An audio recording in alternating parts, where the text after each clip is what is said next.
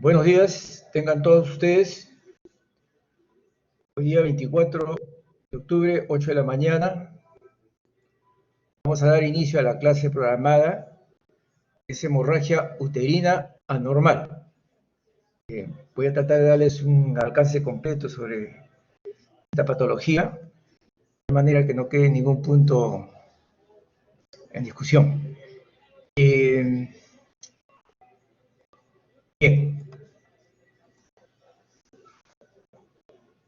El tema es hemorragia. Ustedes saben qué cosa es hemorragia. Hemorragia en esencia es pérdida de sangre. Una pérdida que puede ocurrir al exterior o ser una hemorragia interna. Cualquier sangrado nos asusta, es anormal, cualquier sangrado. ¿Quién sabe? Las únicas personas que pueden tener un sangrado que pueden asustarles son las mujeres. Entonces, cuando nos referimos a hemorragia genital, pues tiene que ser un sangrado, ¿no?, que se exteriorice o no, por los genitales. Entonces, lo que es una hemorragia genital tiene su N93.9, su CIE10. Si una paciente nos consulta por una hemorragia, lo primero que nosotros debemos hacer es identificar de dónde viene. En segundo lugar, ver que sea genital y no venga de otro lugar. En tercer lugar, descartar causas relacionadas con el embarazo. Ustedes saben que el embarazo, con complicación, ustedes tienen que descartarlo de todo tipo de sangrado. También se le llama genitorragia o ginecorragia. Y su etiología está asociada al ciclo vital de la mujer. ¿Qué quiere decir asociada al ciclo vital de la mujer? Quiere decir que para determinadas etapas de la vida se va a presentar con mayor preponderancia una determinada enfermedad. Por ejemplo, la prepúbere son frecuentes la vulvovaginitis y los traumatismos. En la etapa de la adolescencia, la ovulación, en la reproductiva, el embarazo, en la posmenopausia, la hiperplasia endometrial, ¿no? Eso es lo que significa ciclo vital de la mujer. La hemorragia genital se le puede catalogar de acuerdo a su lugar de presentación en orgánica, que puede ser ginecológica o obstétrica. La ginecológica es aquella derivada del útero que puede derivar de sus diferentes zonas, como el endometrio, el cuerpo, el cuello, la vagina y la vulva. Ustedes pueden ver en las diapositivas los diferentes tipos de hemorragia producida por diferentes patologías. En respecto al embarazo, a la obstétrica, la causa pues es el embarazo, ¿no? Sus tres principales causas que causan ginecorragia, como ustedes saben, el embarazo ectópico, el aborto incompleto y la mola. La hemorragia uterina tiene su CIE10 N92, significa un sangrado de origen uterino. ¿Ok? O sea, ya tenemos lo que es el concepto general de hemorragia, lo que es hemorragia genital y lo que es hemorragia uterina. O sea, estamos yendo del nivel más amplio al nivel más circunscrito. Esta hemorragia uterina indudablemente va a incluir el sangrado que viene normalmente cada mes en las mujeres, que se llama menstruación. Por lo tanto, nosotros podemos catalogar la hemorragia uterina de dos tipos: la fisiológica, que es la menstruación, y la normal, que es manifestación de un proceso patológico cualquiera que sea. ¿Okay? Asimismo, alteraciones propias que pueden verificarse en el ciclo menstrual. El ciclo menstrual tiene sus propias características. Cualquier alteración que se produzca fuera de esas características propias, indudablemente va a ser una anormalidad. Y eso puede ocurrir en relación a su volumen, ¿no?, a su intensidad, a su duración, a su periodicidad. ¿Okay? Entonces, si nosotros queremos identificar las hemorragias uterinas anormales, lo primero que hay que identificar es lo que es un flujo menstrual. Muchas de estas cosas ustedes ya las deben haber repasado. Yo solamente voy a tratar de hacer hincapié en lo que concierne a la clase y hacerles ver lo que de por sí se supone que ustedes ya saben. En la mujer hay 5 milagros. Uno de ellos, como ya dijimos, que puede sangrar sin lastimarse, ¿cierto? Todos estamos de acuerdo. ¿Cómo se llama eso? Se llama pues la menstruación. La menstruación que se establece, ¿no?, con una periodicidad que se llama ciclo menstrual. Vamos a recordar rápidamente qué es una menstruación. Yo estoy seguro de que muy probablemente muchos de ustedes no tienen una idea clara de lo que es menstruación. Menstruación le llaman a todo, ¿no? Me vino mi menstruación, y todo el mundo repite eso, todas las mujeres repiten, y realmente sin tener el concepto claro. Así que ahora vamos a aclarar eso. Entonces, cualquier cosa que se aparta de esa norma, definitivamente eso no es una menstruación. Entonces, ¿qué es la menstruación? La menstruación es un sangrado cíclico, uterino cíclico. Viene del útero y viene cada cierto tiempo. Este sangrado se presenta durante la vida reproductiva de la mujer. Nada más. ¿Producto de qué? De ovulación. ¿Y qué ocasiona esto? Que el endometrio se descame, se caiga si no hay un embarazo. ¿De acuerdo? Entonces, vamos a aclarar los términos. ¿Qué cosa es vida reproductiva? La vida reproductiva comienza con la menarquia y termina con la menopausia. En segundo lugar, ¿qué cosa es descamación secretora? Están determinadas por la progesterona, por la ovulación y la progesterona. ¿De acuerdo? Esas son características secretoras. ¿Cuándo se evidencia la falla concepcional?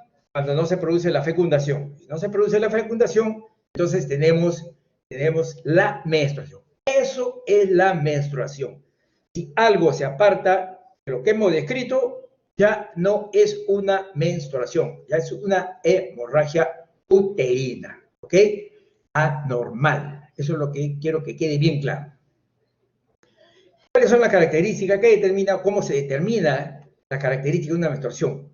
Simplemente por el régimen catamenial, que es un quebradito, está la R sobre la C. La R, que significa el sangrado menstrual, y el C significa el ciclo.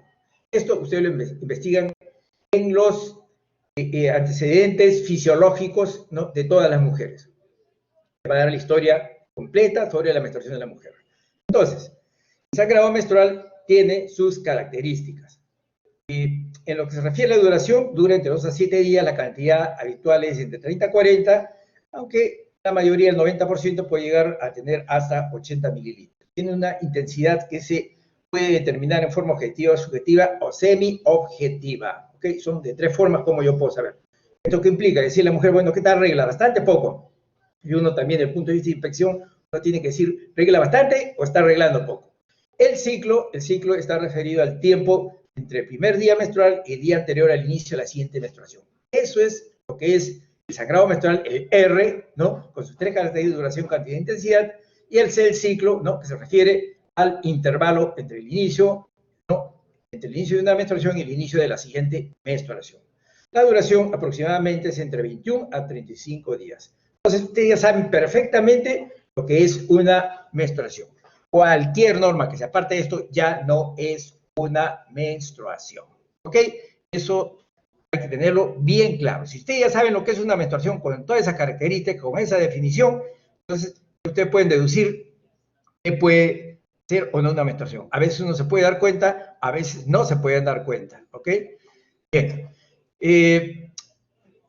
Los abordajes semiobjetivos son los más confiables de los 3 que hemos mencionado para determinar la cantidad de sangrado, porque esto es importante. Yo supongo que toda mujercita sabe cómo determinar su cantidad de sangrado. Muy rápidamente, hay un sistema, por ejemplo, el de Keegan et al., ¿no?, que él establece una puntuación de 100, que tiene una alta sensibilidad de especificidad, 86-89, yo creo que es bastante aceptable, hacer un método semiobjetivo no científico, que tiene su validez más como una prueba diagnóstica, más que como una prueba diagnóstica, una prueba de autoevaluación. La mujer puede deducir, ¿no?, más esta característica, qué tanto está sangrando. Ahí ustedes observan claramente cómo cataloga de 1, 5 y 10, 1, 5 y 10, tanto para el tampón como para la compresa con sangrado de ligero, moderado, completo.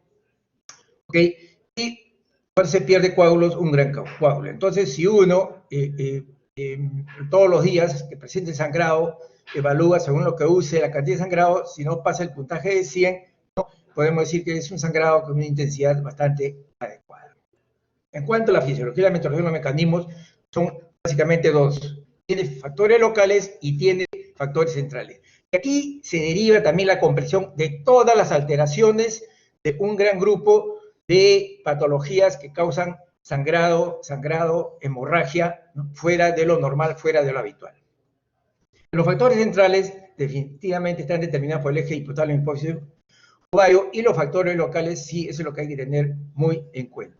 Puede ser debido a factores vasculares, son 2 grandes grupos que condicionan una vasoconstricción, una isquemia, una vasodilatación, una hemorragia intraendometrial y finalmente lo que es la hemorragia menstrual. Este es el proceso que ocurre desde el punto de vista, ¿no?, vascular a nivel del endometrio.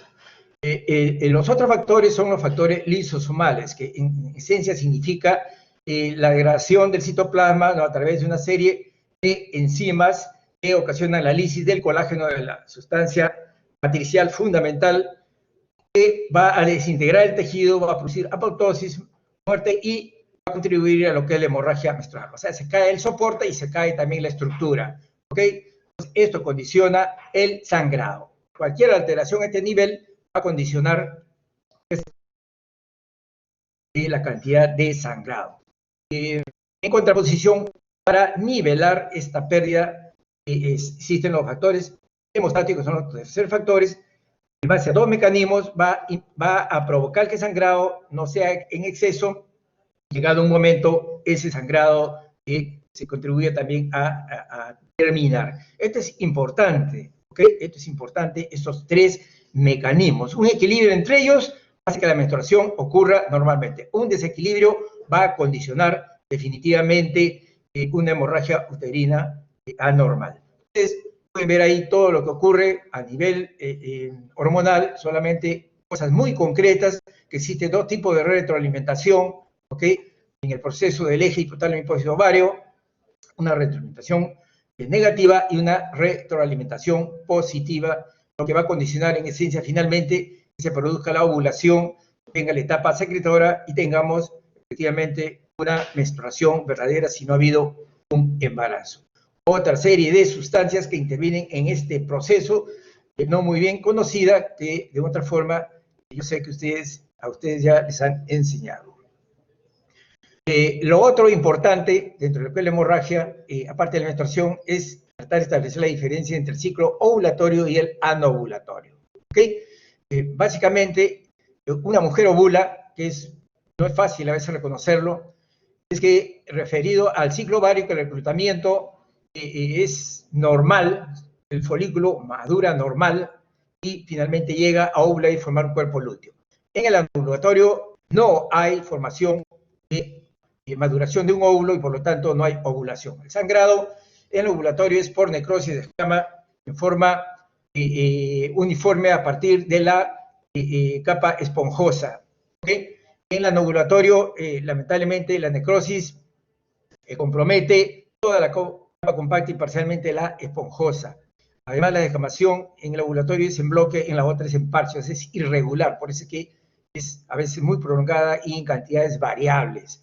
La hemostasia en el ovulatorio es por vasoconstricción de los vasos rectos, violación de las prostaglandinas.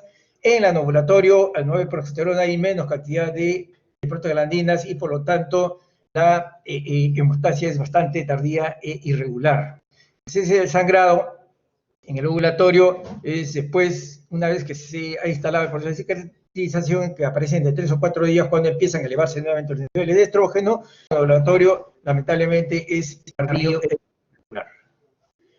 Fíjense, ustedes observan las tres capas, ¿no? Aquí es donde básicamente se cae, ¿no? Se cae el endometrio y comienza a regenerarse nuevamente.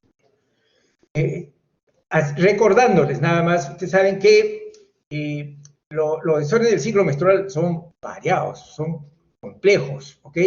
Y se exteriorizan modificando la característica de la menstruación. Quién sabe, lo más importante es definir la ovulación o la anovulación, que son factores de alto riesgo para una cantidad muy grande de patologías, ¿ok?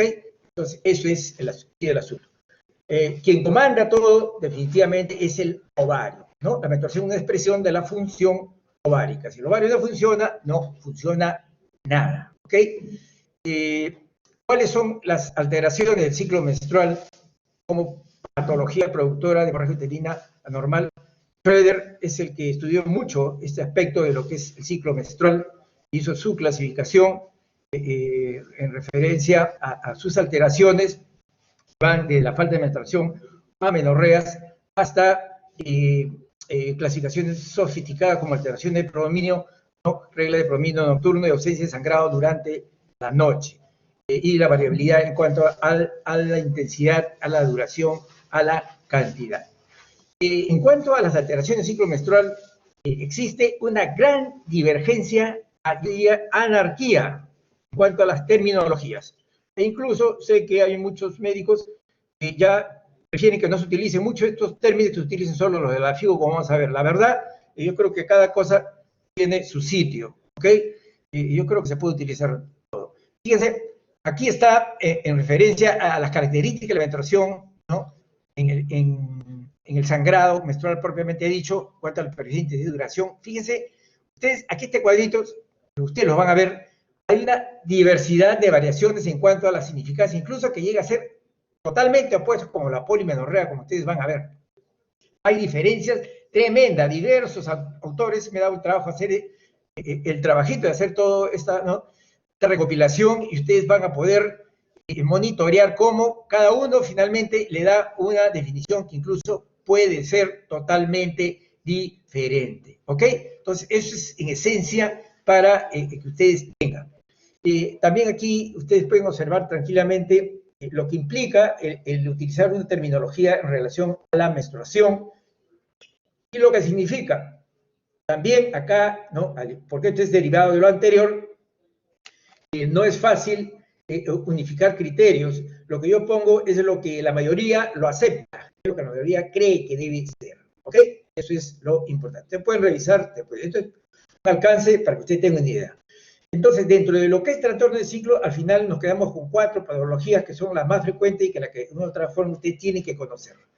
La primera es la oligomenorrea, que está referida a ciclos irregulares en cuanto a variación al tamaño del ciclo, ¿ok? O sea, intervalos entre una menstruación y otra de 35 a 90 días, ¿ok?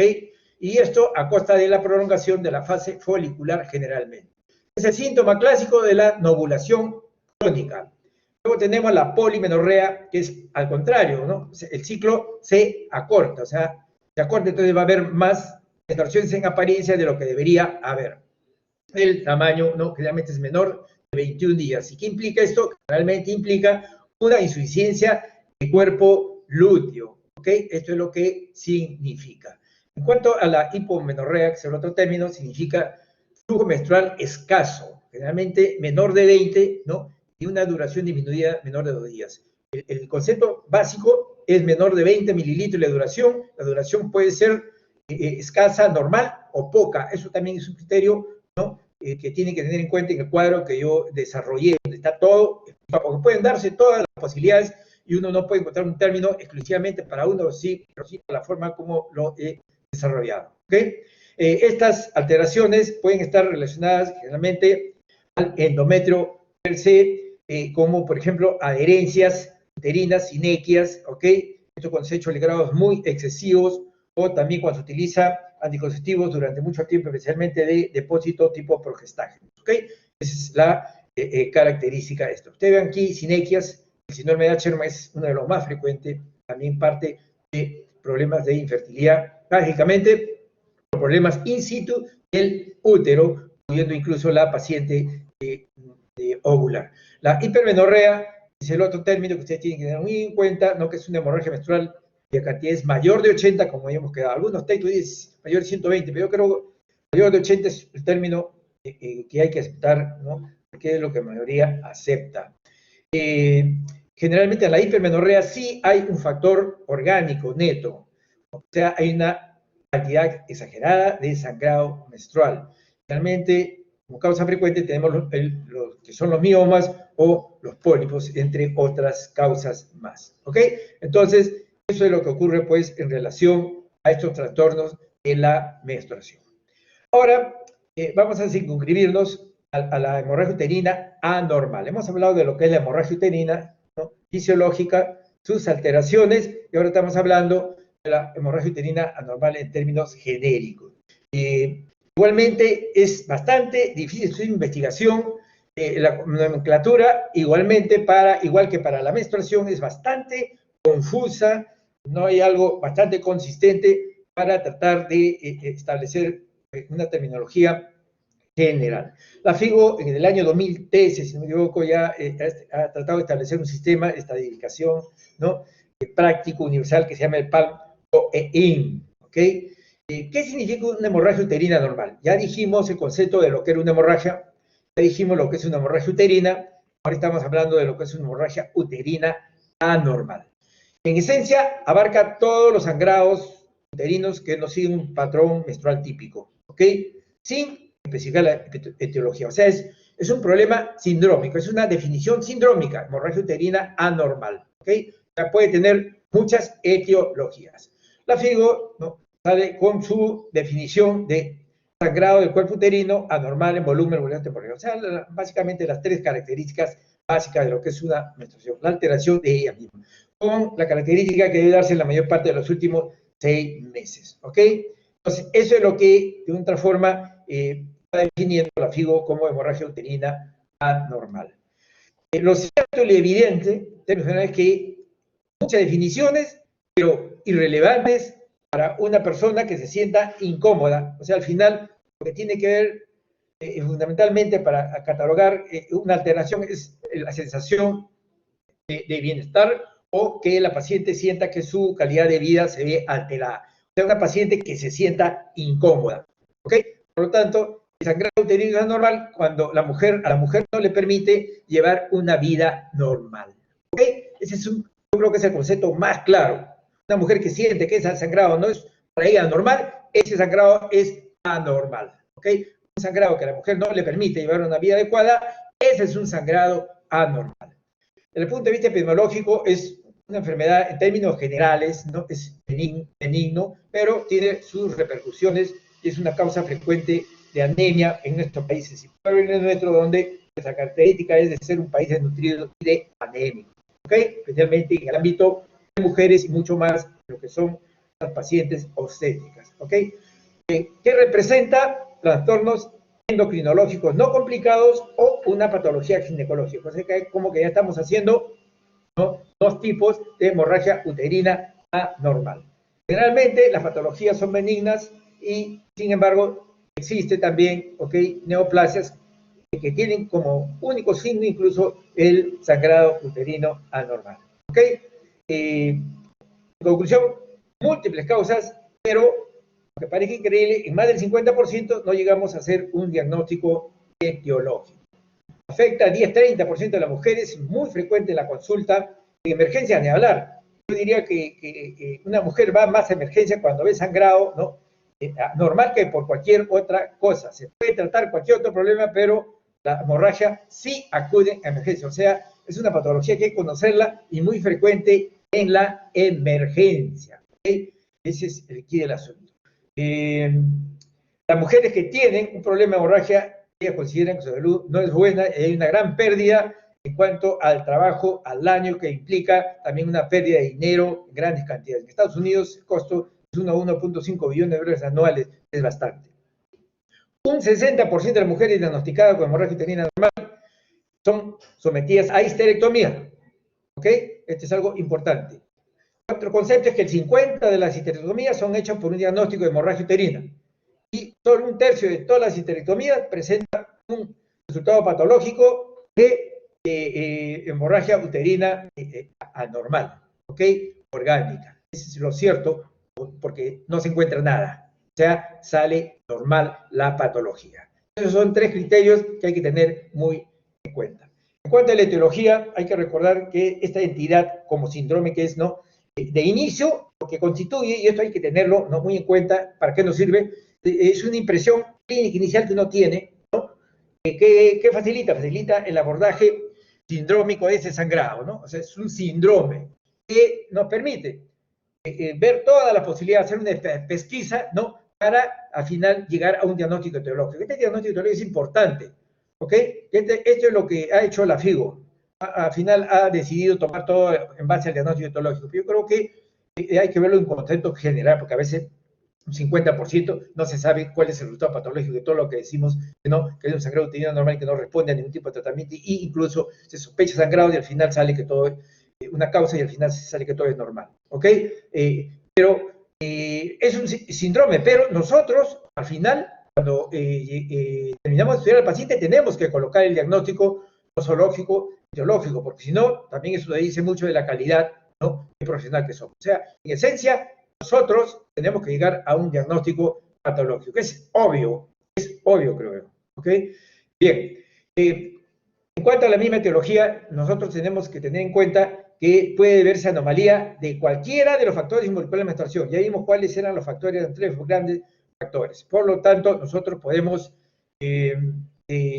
saber de que tenemos el diagnóstico sindrómico y tenemos que usar todos los medios necesarios que tenemos a nuestro alcance para tratar de llegar al diagnóstico etiológico. Si yo no detecto ningún problema, entonces yo me encuentro frente a un diagnóstico de una hemorragia uterina anormal disfuncional. Si yo hago los estudios adecuados y encuentro una patología, entonces me encuentro frente a una hemorragia uterina anormal orgánica. O sea, ustedes ven, del inicio ya tenemos una secuencia muy bonita, ¿no?, de lo que es la hemorragia, desde lo que es la hemorragia en general, de lo que es la hemorragia genital, de lo que es la hemorragia uterina, ¿no?, de lo que es la hemorragia uterina anormal, de lo que es la hemorragia uterina anormal desde el punto de vista disfuncional u orgánica, ¿ok? O sea, es una secuencia como una escalera, ¿okay?, sistemática. Yo creo que eso está sumamente bien sistematizado. Por lo tanto, llegando a lo que es la hemorragia uterina anormal, es la disfuncional orgánica, tenemos el concepto final, ¿no? El sangrado uterino anormal puede ser anatómico, una lesión estructural, el útero extragenital, ¿ok?, que es la orgánica, y la otra no se asocia, no se demuestra nada, que es la disfuncional. En cuanto a la frecuencia de la hemorragia uterina anormal, las causas disfuncionales, desde este punto de vista, el 75% son disfuncionales y un 25% de causas orgánicas. Esta frecuencia también, de acuerdo a lo que es el ciclo vital de la mujer, podemos ver un 50% se encuentra entre las mujeres premenárquicas, las mujeres de 45 años.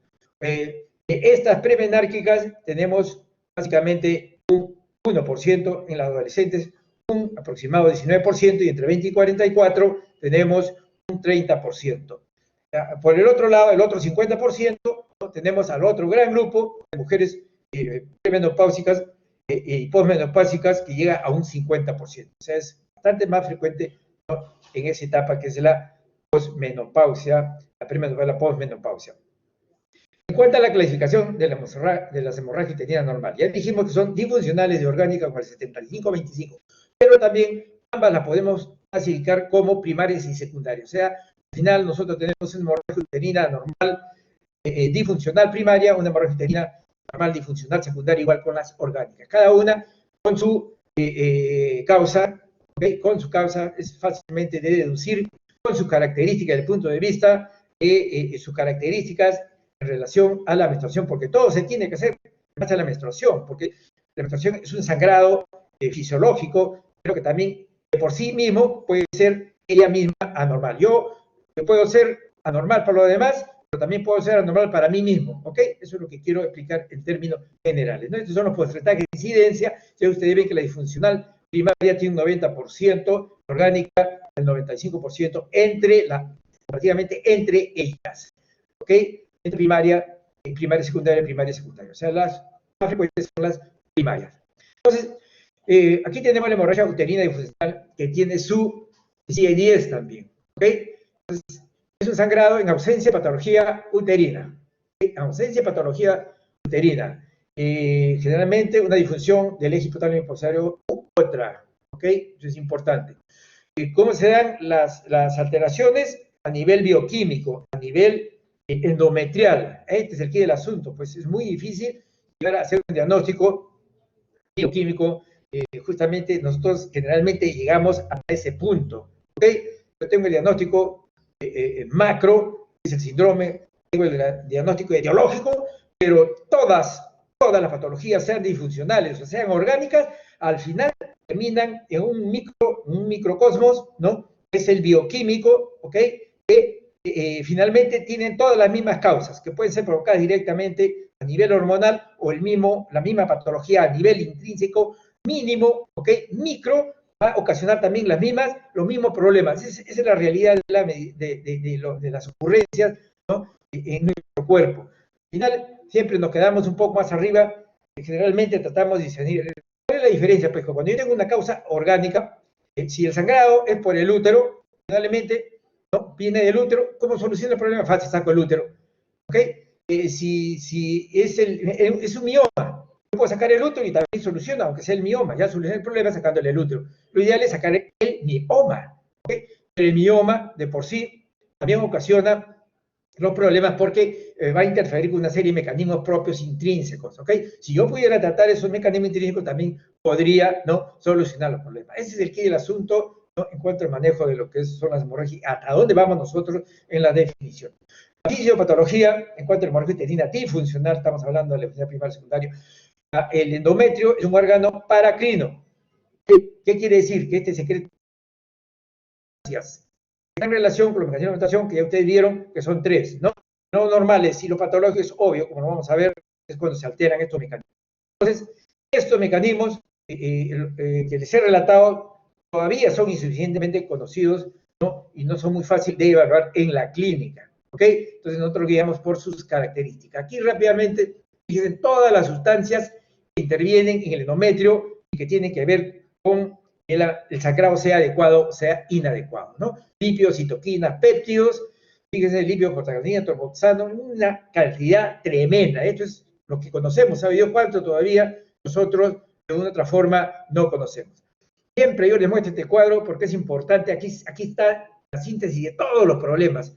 Cuando ustedes hablen de un problema patológico van a tener que hablar de las prostaglandinas, que se originan a partir de los fosfolípidos de membrana a través de una enzima fosfolipasada actuando sobre estos fosfolípidos, produce el ácido araquidónico, y esta, a través de dos enzimas básicamente, va a producir leucotrienos y las prostaglandinas basales, ¿ok? La lipoxigenasa y la ciclooxigenasa para este caso, y esta a través de también de tres enzimas, la isomerasa reductasa, la trombosano sintetasa, ¿ok? La prostaciclin sintetasa, van a producir las prostaglandinas que normalmente conocimos y que son las prostaglandinas que actúan ya a nivel, al mínimo nivel que nosotros podemos percibir hasta el momento, ¿no? Ustedes ven, por el lado izquierdo tienen la prostaglandina E2, la F2 alfa, en el centro ustedes tienen tromboxano, ¿ok? Cada uno, los lugares donde se producen, y por el otro lado tienen ustedes a la PG2, a la prostaciclina, los lugares donde se producen. Otras cositas importantes, también es bueno recordarlo porque en esto se sostiene todo. Son importantes las prostaglandinas para la vascularización, o sea, una menstruación es normal cuando existe el equilibrio adecuado entre las prostaglandinas. Recordando que las prostaglandinas derivan, ¿no?, de lo que es el control hormonal, ¿ok? Tanto de la progesterona como el estrógeno. Esa es la historia, ¿no? Cualquier desequilibrio de ese nivel va a provocar indudablemente una hemorragia, ¿no?, uterina. O sea, es una cuestión de balance. Siempre lo bueno tiene que estar con lo malo, si no, sería una desgracia que todos los malos estén juntos y todos sean malos y que todos los buenos estén buenos estén juntos. Tiene que haber buenos y malos para poder sobrevivir y poder avanzar, ¿no? Cada uno empuja al otro. Estos dos criterios son muy importantes, ¿ok?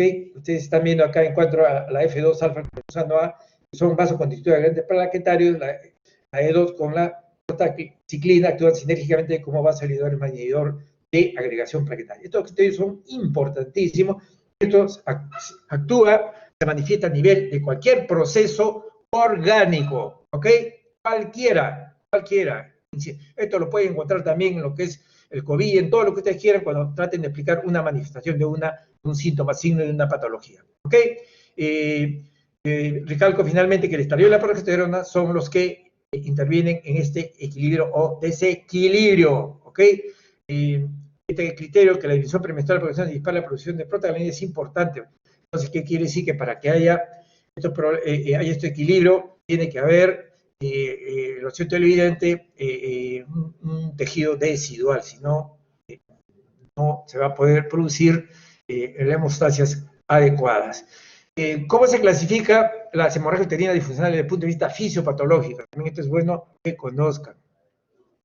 Puede ser por anomalías en la síntesis paracrina, intrauterina y también por anomalías en secreción de tiroides ováricos. ¿De acuerdo? La tercera, alteración del sistema de coagulación femenina. Ustedes ven que son básicamente en esencia, vienen a ser las tres características, ¿no?, de los factores que provocan la menstruación normal. ¿Ok? En cuanto a la por anomalías en la síntesis paracrina, la primera vía es producción exagerada de prostaglandina y desbalance entre el PG2, PG12, o sea, las cuatro sustancias que yo se las mostré que usted tiene que recordarla bien, ¿no? Entonces, es una interacción entre vasoconstrictores, vasodilatadores, agregantes plaquetarios, ¿no?, y desagregantes plaquetarios. Entonces, eso es lo importante, esa es la primera vía, ¿no?, que va a condicionar. La segunda es lo que dijimos, ¿no?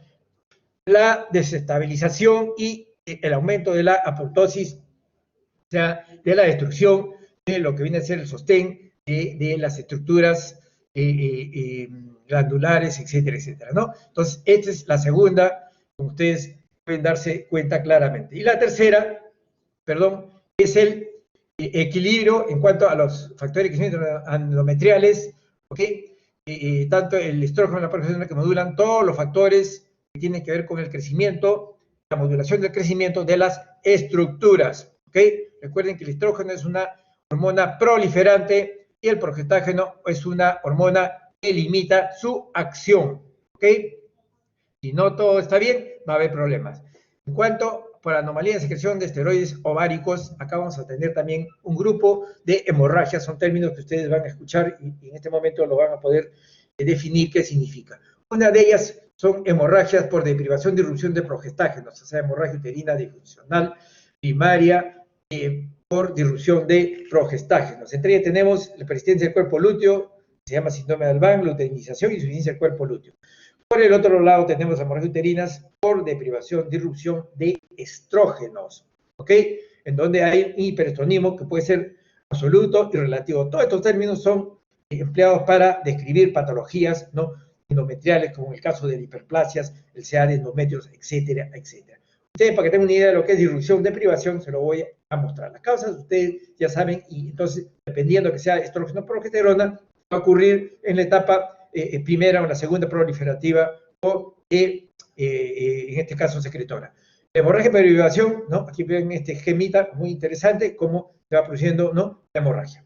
La hemorragia se produce de repente, ¿ok?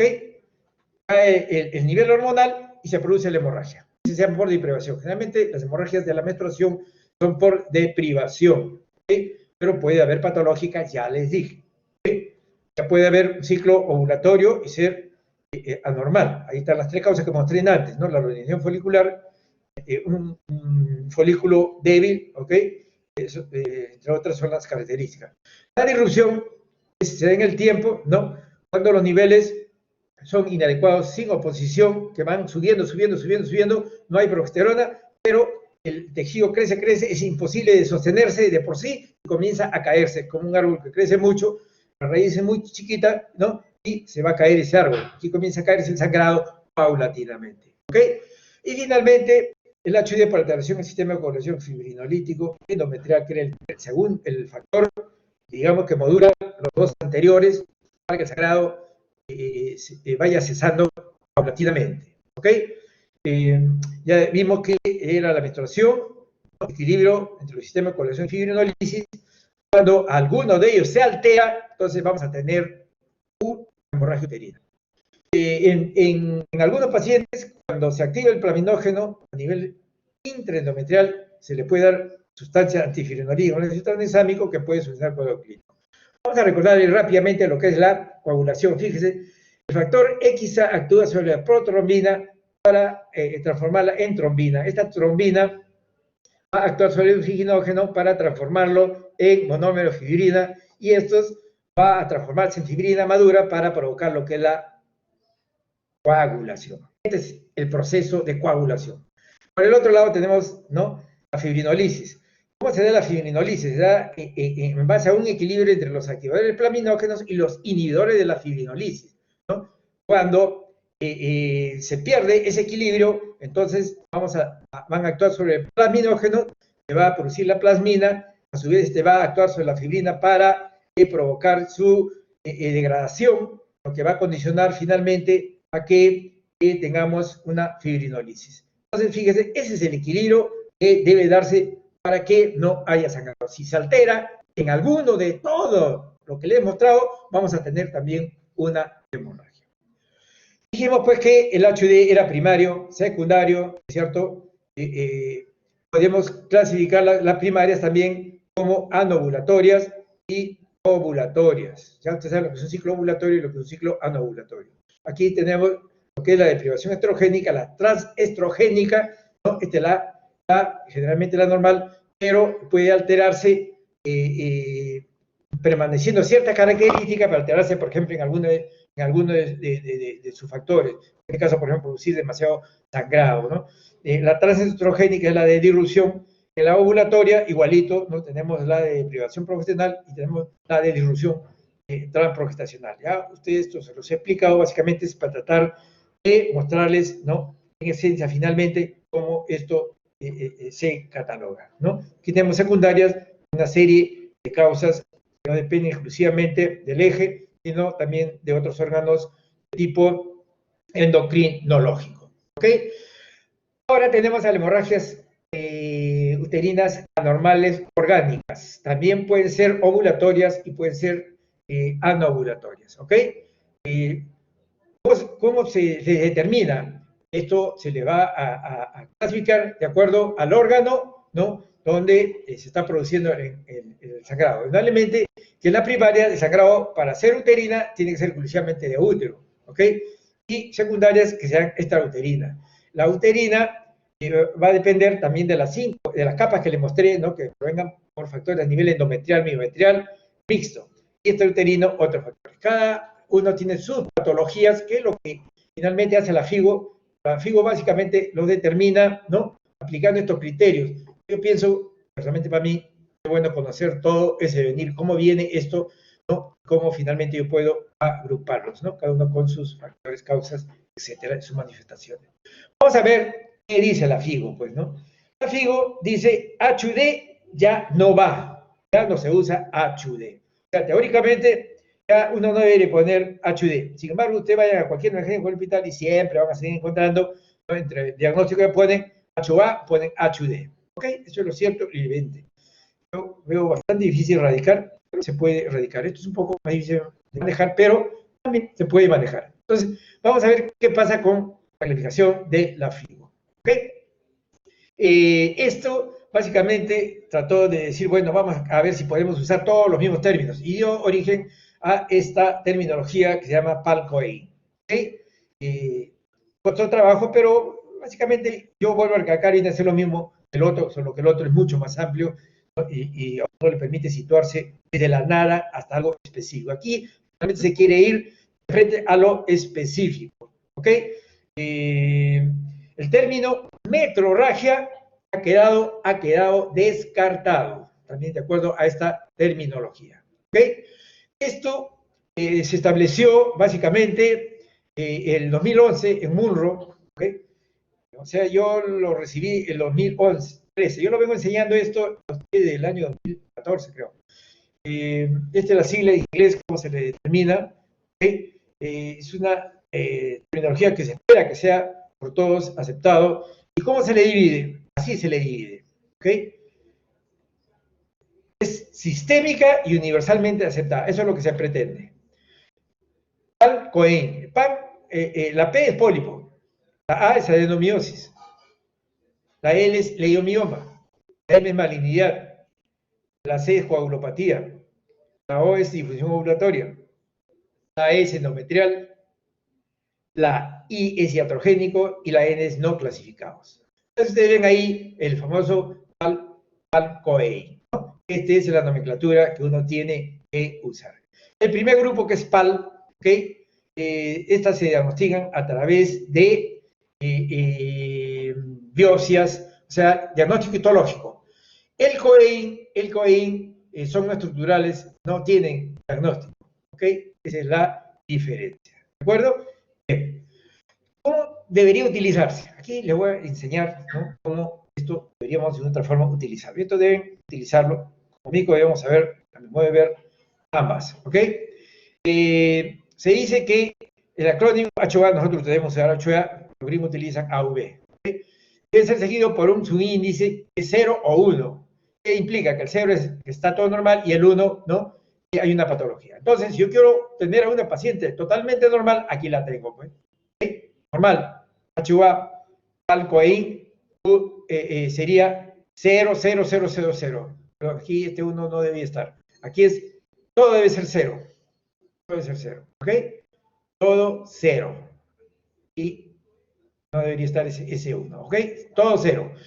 Con una paciente que tiene un sangrado normal, por ejemplo, que tenga un pólipo, yo ubico la P, que es pólipo, ahí le pongo 1, ¿ok? no tiene más patología, todo lo demás es cero.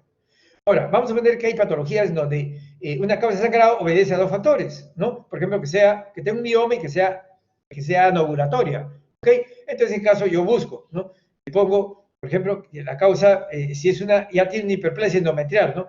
Yo busco la causa y lo ubico y le pongo el 1, y si es una ovulación, busco ovulatorio, difusión ovulatoria 1, ¿ok? Y entonces le pongo, este sería, ¿no? Este es el pólipo y este sería, ¿no? El caso que tiene dos patologías, ¿ok? ¿De acuerdo? Entonces, endometrial, hiperplasia endometrial, malignidad hiperplasia, ¿no? 1, y aquí difusión ovulatoria 1 porque anovula. Entonces, esa es la forma como ustedes tienen que catalogar, como ustedes tienen que aplicar, ¿ok? Simple y sencillo, no es difícil, y esto lo tienen ustedes que desarrollar. Entonces, el HUD en términos generales de por sí no debería usarse. Pero personalmente yo sí creo que se lo seguiré usando. De repente ustedes los más jóvenes ya puedan utilizar de frente el término, digamos, ¿no? Biológico de la patología. ¿Okay? Aquí refiere que el problema era que el sangrado normal no considera causas estructurales, como por ejemplo el defecto. Yo creo que sí. Yo pienso que en la definición que le di, saco el diagnóstico de discrasias y ya está igualito toda la definición. ¿Ok? Entonces, ese es el que del asunto. Se dice que aquí todas las que fueron HUD antes están referidas, ¿no? Como difusión, laboratorio, causas en el palco EI, ¿no? En el O, ¿no? Y en el E, ¿no? En el O y en el E. ¿Ok? El COEI.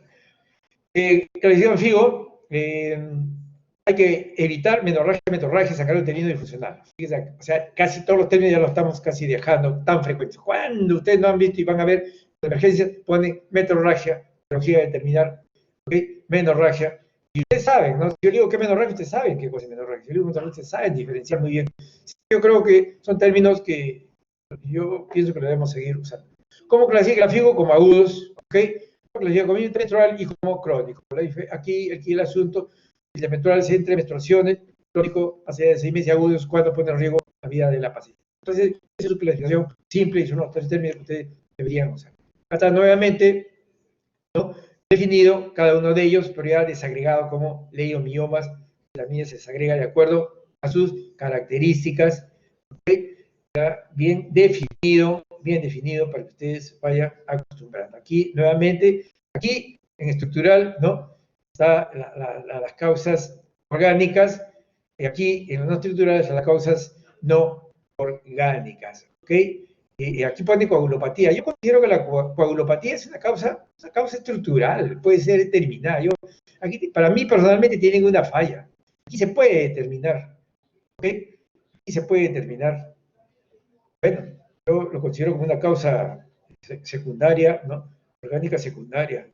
¿Ok? Bueno, nadie es dueño de la verdad absoluta. Aquí, nuevamente, el pan coin, ¿no? Estructurales, no estructurales. ¿Ok?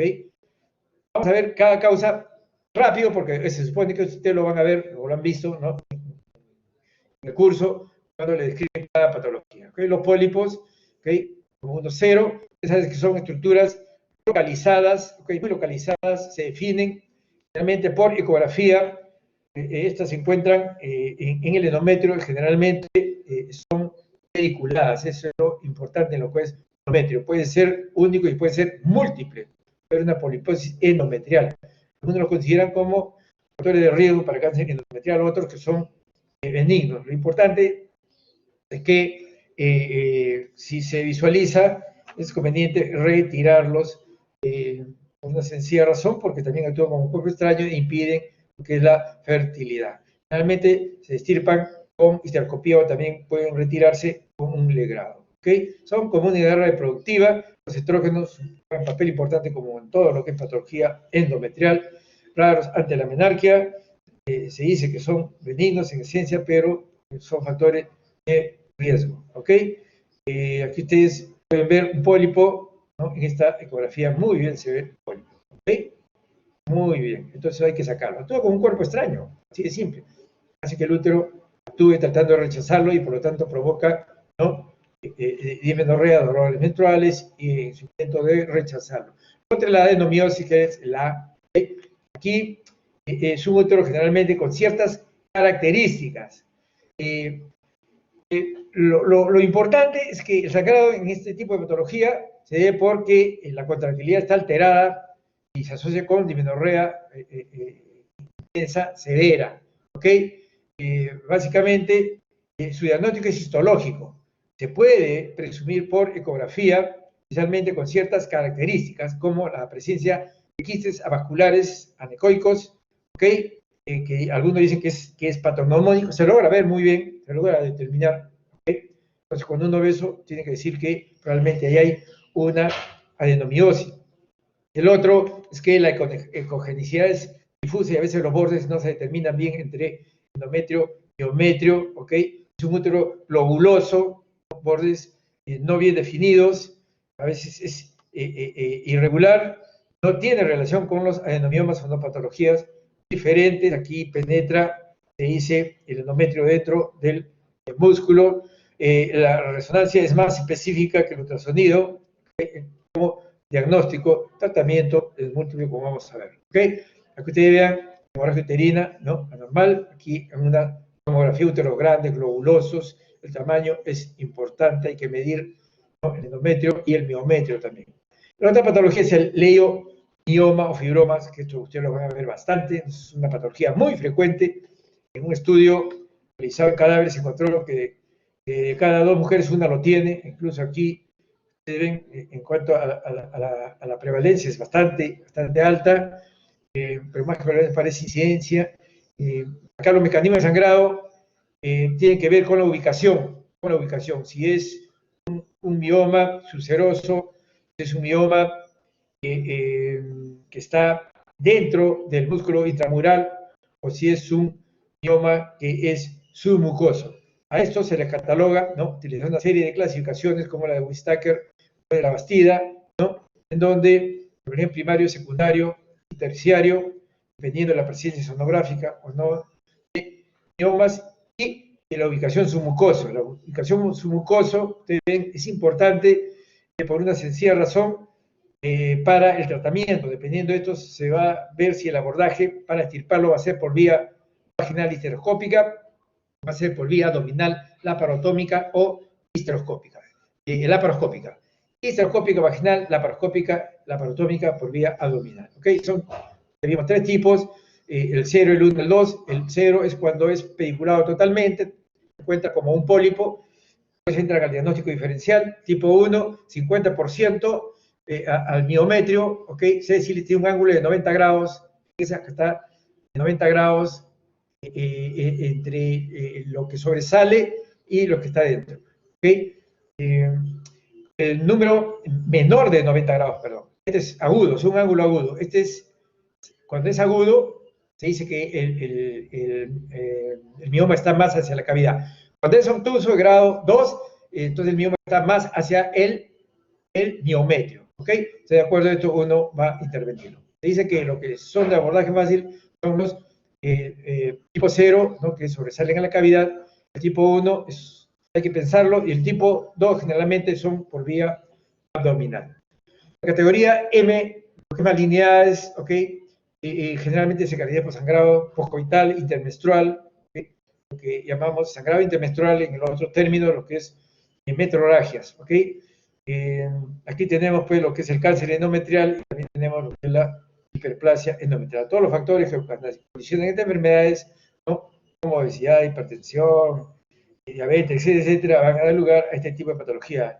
Es lo cierto y lo evidente. También lo dan tumores que producen estrógeno. O sea, aquí interviene el estrógeno como un factor condicionante. Las coagulopatías, este problema nosotros no lo tenemos, los tienen los anglosajones, lo único que le da mucha importancia, creo que por eso también hicieron la división. Yo nunca he visto una enfermedad de von Willebrand, de repente los hematólogos, ¿ok? Pero es justamente la enfermedad que se trata, tienen ellos cierta incidencia, ¿no?, ahí entre los anglosajones, y le han dado un sitio preponderante. 13% de mujeres con sangrado menstrual, con ciertas características, que tengan una historia previa de sangrado menstruales de la menarquia, ¿no?, que tengan hemorragia por partos, sangre ante cualquier procedimiento, incluso cuando le sacan dientes, se suenan las narices, ¿ok? Que tengan equimosis de 1 a 2 veces al mes, epístasis, sangrado frecuente de encías, que haya familiares con la patología. Hay otros también problemas en cuanto a coagulopatía y se insertan todos los problemas que tienen que ver con factores de coagulación y también trastornos de condición de deficiencia de plaquetas como leucemia, no púrpuras, el pelenismo, etcétera, etcétera. También tratamientos producidos por anticoagulación crónica en el uso de heparina, ¿ok? Son causas que condicionan esta patología. El otro es el trastorno ovulatorio, tenemos la disfunción ovulatoria. Acá se hace incidencia, aquí se colocan a todas las hemorragias uterinas disfuncionales anovulatorias, ¿ok? Aquí están los dos grandes grupos en donde predominan, que es estado posmenárquico y la premenopausia, ¿ok? El sangrado fluctúa entre una serie de síntomas, signos como oligomenorrea, intermenstrual o hipermenorrea, sangrado menstrual abundante. ¿No? Sangrado menstrual abundante y hipermenorrea, ustedes saben que me estoy refiriendo a un sangrado abundante. En la vida reproductiva tenemos como causas al síndrome ovario poliquístico, que saben que es causante de anovulación crónica, endocrinopatías, acá hay causas orgánicas extrauterinas, no extra del eje central, ¿ok? Y otras causas, como digo, aquí mezclan también causas orgánicas y no orgánicas, estructurales, no estructurales, también es una mezcolanza, quieran o no lo quieran, lamentablemente, aunque ellos atribuyeron que la otra no funcionaba porque no incorporaba la discrecia, pero yo creo que en la definición se le quitaba la palabrita y funcionaba, ¿ok? Eso lo hice creo en otros slides porque tengo como 20 modelos de estas presentaciones, ¿ok? De lo que es hemorragia, más y menos. Muy bien, entonces aquí el problema también es por una secreción de estrógenos que va a condicionar, a veces sin oposición, que va a condicionar que se produzca hemorragia por deprivación, también por disrupción. Las causas endometriales es el sangrado uterino disfuncional. Aquí también cae el sangrado uterino disfuncional ovulatorio, ¿no? Pero fundamentalmente porque no funciona el tercer factor, que es el factor, ¿no? Que tiene que ver con el equilibrio entre los factores de coagulación. En este caso, el tercer factor que tiene que ver con el taponamiento, tapón plaquetario. Esto es a nivel, pues, endometrial. Como le digo, aquí están incluidas esas causas que, lamentablemente, no es fácil de diagnosticar, porque el estudio es muy, muy complicado. O sea, ahí sí no encuentro absolutamente nada, ¿no? Pero yo, en términos generales, este factor es, en esencia, al final, es la causa de todos los sangrados. Lo que pasa es que condiciona, ¿no?, uno de estos factores. Eso es lo cierto y lo evidente, ¿no? Aquí entra todo aquello que les expliqué. También hay otras causas como crónica infección, que ustedes lo están viendo con el COVID. Al final, todo tiene que jugar, ¿no?, con este equilibrio entre prostaglandinas, prostaciclinas, ¿ok? Romboxanos, etcétera, ¿ok? Aquí ustedes vean este cuadrito cómo, ¿no?, la relación prostaglandina F2 alfa y E2 va provocando el sangrado, ¿no? Cuando existe un equilibrio que predomina el F2 alfa, el sangrado se maneja, ¿no?, en forma escasa. Conforme se va perdiendo, ¿no?, a costa del E2, entonces vamos a tener un mayor sangrado. Luego tenemos el iatrogénico, es un sangrado anormal, producto de medicamentos. O sea, es iatrogénico cuando uno lo causa, pues, una medicación, un tratamiento inadecuado que uno hace. Es un sangrado por deprivación porque uno lo causa. Ahí, actuando, uno lo causa. ¿Ok? Todos los anticonceptivos hormonales, yo indico una inyección, la paciente sabe, pero al final, digo, para saber uno tiene de repente un poco para la fertilidad, pero es modificada muy fácilmente. Cuando coloco un DIU, ¿no?, una paciente que empieza a sacar por el DIU, pero el DIU es porque el DIU intrínsecamente lo causa, así digamos, el DIU grosero. En realidad lo causa porque el DIU altera, ¿no?, los factores de coagulación, altera la relación estrógeno-progesterona, altera las prostaglandinas, estimula la producción de prostaglandinas. ¿No? Esto al final, ustedes, como le dije hace un instante, en esencia, ¿no?, no se reduce, ¿no?, a una causa. No tiene una explicación basal. Todos nacemos de un árbol, de una raíz. Nos guste o no nos guste, ¿ok? Lo que pasa es que nos vamos diversificando. El problema es llegar a esa raíz, o cómo tratar esa raíz, ¿ok? Que al final cada uno adquiere una diversidad, ¿no?, que nos hace muy diferentes, donde para llegar ¿no? Por esa rama, a esa raíz, no es tan fácil, ¿okay? Se entrecruzan. La hiperprolactinemia también, ¿no? Está introducida aquí, pero es perfectamente puede también caer en otra clase. Finalmente, los no clasificados, ¿ok? Aquí está este grupo, aquí es donde no se encuentra, pues ya no le explico, pues sencillamente todo aparentemente está normal, pero ella tiene un sangrado, ¿ok? Acá están cosas, enfermedades extremadamente raras, malformaciones arteriovenosas y hiperplasia miometrial, también algunos cuerpos extraños traumatismos, pues, ¿no? En realidad ya les he explicado cómo debe esto de ocurrir, ¿de acuerdo? Entonces, ahora pasamos a la evaluación diagnóstica del sangrado. ¿Cuándo iniciar el estudio? Cuando el sangrado pues, se haga repetitivo, el paciente que está perdiendo sangre y se está anemizando, cuando hay cuantas alteraciones que suceden en este sangrado, factores de riesgo para patología endometrial, de malignidad, cuando yo he tratado y no mejora, o cuando yo trato y vuelvo a recidivar, cuando hay problemas de tipo psicosocial o se interfiere con la calidad de su vida. ¿Quién debe llevar a cabo? Indudablemente el ginecólogo. Llega un momento, el médico general debe trasladar al ginecólogo. El tratamiento puede ser ambulatorio y en otros casos puede ser tratado de urgencia y requerir hospitalización. La evaluación se realiza en base a medicina basada en evidencia, ya usted sabe. Principal para toda patología, por una buena evaluación, la historia clínica. El diagnóstico no se basa en la clínica. Anamnesis y examen ginecológico. ¿Cómo nos apoyamos? Con las pruebas auxiliares? Eso es básico para toda la medicina. ¿Ok? Anamnesis, historia clínica, anamnesis, examen físico, y me apruebo con los exámenes de laboratorio e imágenes. ¿Ok? Una historia mal tomada me conduce a un mal examen y me conduce a un mal diagnóstico, por lo tanto, solicitar cosas innecesarias y al final se retarda el diagnóstico, se retarda el tratamiento y la paciente puede, ¿no? Su intensidad de morbilidad puede aumentar y puede incluso morirse. ¿Ok? Entonces, eso es fundamental. Historia clínica. Vamos aquí a ver la anamnesis, ¿ok? Hay que ver las características de menstruación, antecedentes familiares, personales, obstétricos, ginecológicos. En el examen clínico hay que evaluar todo, completo, ¿ok? Todo por sistemas y por regiones, ¿ok? Por órganos. También hay que evaluar lo que es el hígado y la tiroides, ¿ok?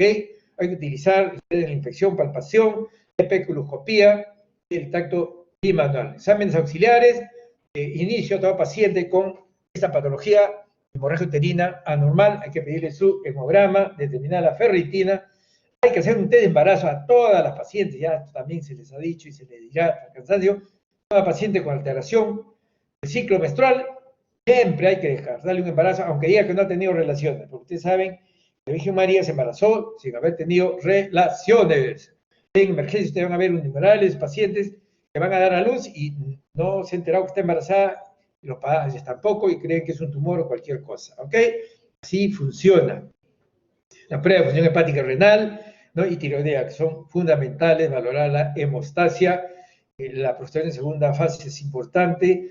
Papa Nicolau, siempre hay que estar Papa Nicolau, es parte de los antecedentes fisiológicos de la persona, o sea, como si fuera parte ya de la persona, y una biopsia endometrial. Subsecuentemente, conforme se avance en los resultados. Entonces, para estos exámenes auxiliares, no pedir más de lo que debe pedirse, ¿ok? Hay que tener en cuenta el ciclo vital de la mujer, porque la patología se manifiesta y tiene, como ya vimos, ¿no? sus patologías y también tiene sus exámenes y su forma de tratamiento. Niños, adolescentes, ustedes saben, generalmente se asume siempre el HUD si se descarta la gestación, no hay patología orgánica, una ecografía, y ahí generalmente se le da el tratamiento y si responde bien, hay que ir y se le sigue, ¿no? Continuando el tratamiento. Y en edad reproductiva es una etapa controversial, justamente siempre descartando el embarazo, ¿no? Y las pruebas se han ido solicitando de acuerdo a los resultados que vayamos obteniendo paulatinamente. La premenopausia, la cabeza, la hiperplasia, la endometrial, pólipos, miomas, ¿ok? A partir de los 35, biopsia sistemática endometrial, sigamos por histeroscopía, aquí importante, algunos dicen a partir de los 40, ¿ok? Yo he puesto 35. Algunos ponen 40, otros ponen 45, yo pongo 35. Menopáusicas, sea endometrial, pues, ¿no? Es la principal causa de sangrado postmenopáusico. Pero también podría ser solo una hiperplasia, pólipo, otra neoplasia también, ¿ok? La evaluación ya dijimos al inicio, ¿no? Que era de 3 tipos, subjetivo, objetivo, ya que usamos, ya hemos dicho la semi-objetivo, ¿ok? con su desventaja, y ventaja no mide exactamente la pérdida, y ventajas son prácticos. Los objetivos científicos que sí me dicen cuánto pierden, tenemos la hematina alcalina, ¿no? Donde se determina la hematina alcalina con la hemoglobina, y se mide por espectrofotometría. Me dice exactamente cuánto se perdió de hemoglobina, ¿ok? El otro es peso de las compresas, método isotópico de fierro tomados. Es muy caro, y es más para investigación. El subjetivo es el empírico, cuando uno pregunta, pues, regla bastante, reglas poco, y el otro, ¿no? Me parece bastante, me parece poco. Entonces, ¿es mi objetivo? Sí, yo creo que la paciente aprende, ¿no? Sabe cuánto es su pérdida, aparte de saber cuánto es su pérdida, puede valorar, de acuerdo al 1.5.10 de la catalogación de Higan et al., ¿no? Puede catalogar la pérdida. La exploración clínica, fíjense cómo se coloca, pues es el tacto bimanual, importantísimo, ver el tamaño y la calidad del útero, el espéculo para ver, ¿no? La cavidad vaginal, para ver el cervix, los fondos de sacos, ¿ok? Eso me permite. Otros exámenes complementarios, el diagnóstico anatomopatológico, se hace la biopsia de endometrio y la citología, ¿no? Son diagnósticos fundamentalmente citológicos. Luego tenemos por imágenes, tenemos la ecografía transvaginal, la sonografía y la ecodoppler. La eco transvaginal se recomienda inicialmente, ¿no? Para todos los sangrados uterinos anormales. ¿Qué valora el grosor endometrial? Que puede ser en monocapa, puede ser en bicapa. ¿Ok? Un 57 no responde, generalmente tienen ciertas anomalías. Tiene su sensibilidad, no es perfecta tampoco. ¿Ok? Hay que recordar que en premenopáusicas el endometrio mide entre 4,8 en fase proliferativa y 8,14 en fase secretora. Cuando uno encuentra alterado en fase proliferativa, más de 8, hay que pensar de que ahí hay un problema, y es la etapa donde debería realizarse la secretoria, es con otros fines, ¿ok? Esto es importante, valorar el grosor. En posmenopáusica, normalmente el grosor endometrial es igual menor de 4, ¿ok? Si es mayor de esta cantidad, indudablemente ya hay una hipertrofia endometrial, que puede ser una hiperplasia, puede ser de endometrio, más aún si está la patología. La sonografía, ¿no? Es el otro examen que se hace provocando una perfusión del alveolo uterino, se introduce suero fisiológico dentro de la cavidad, permite dilatarla y puede dibujar bien estructuras extrañas dentro de la cavidad. La ecodoppler, que permite para evaluar las arterias vasculares endocavitarias, o sea, vascularidad, ¿no?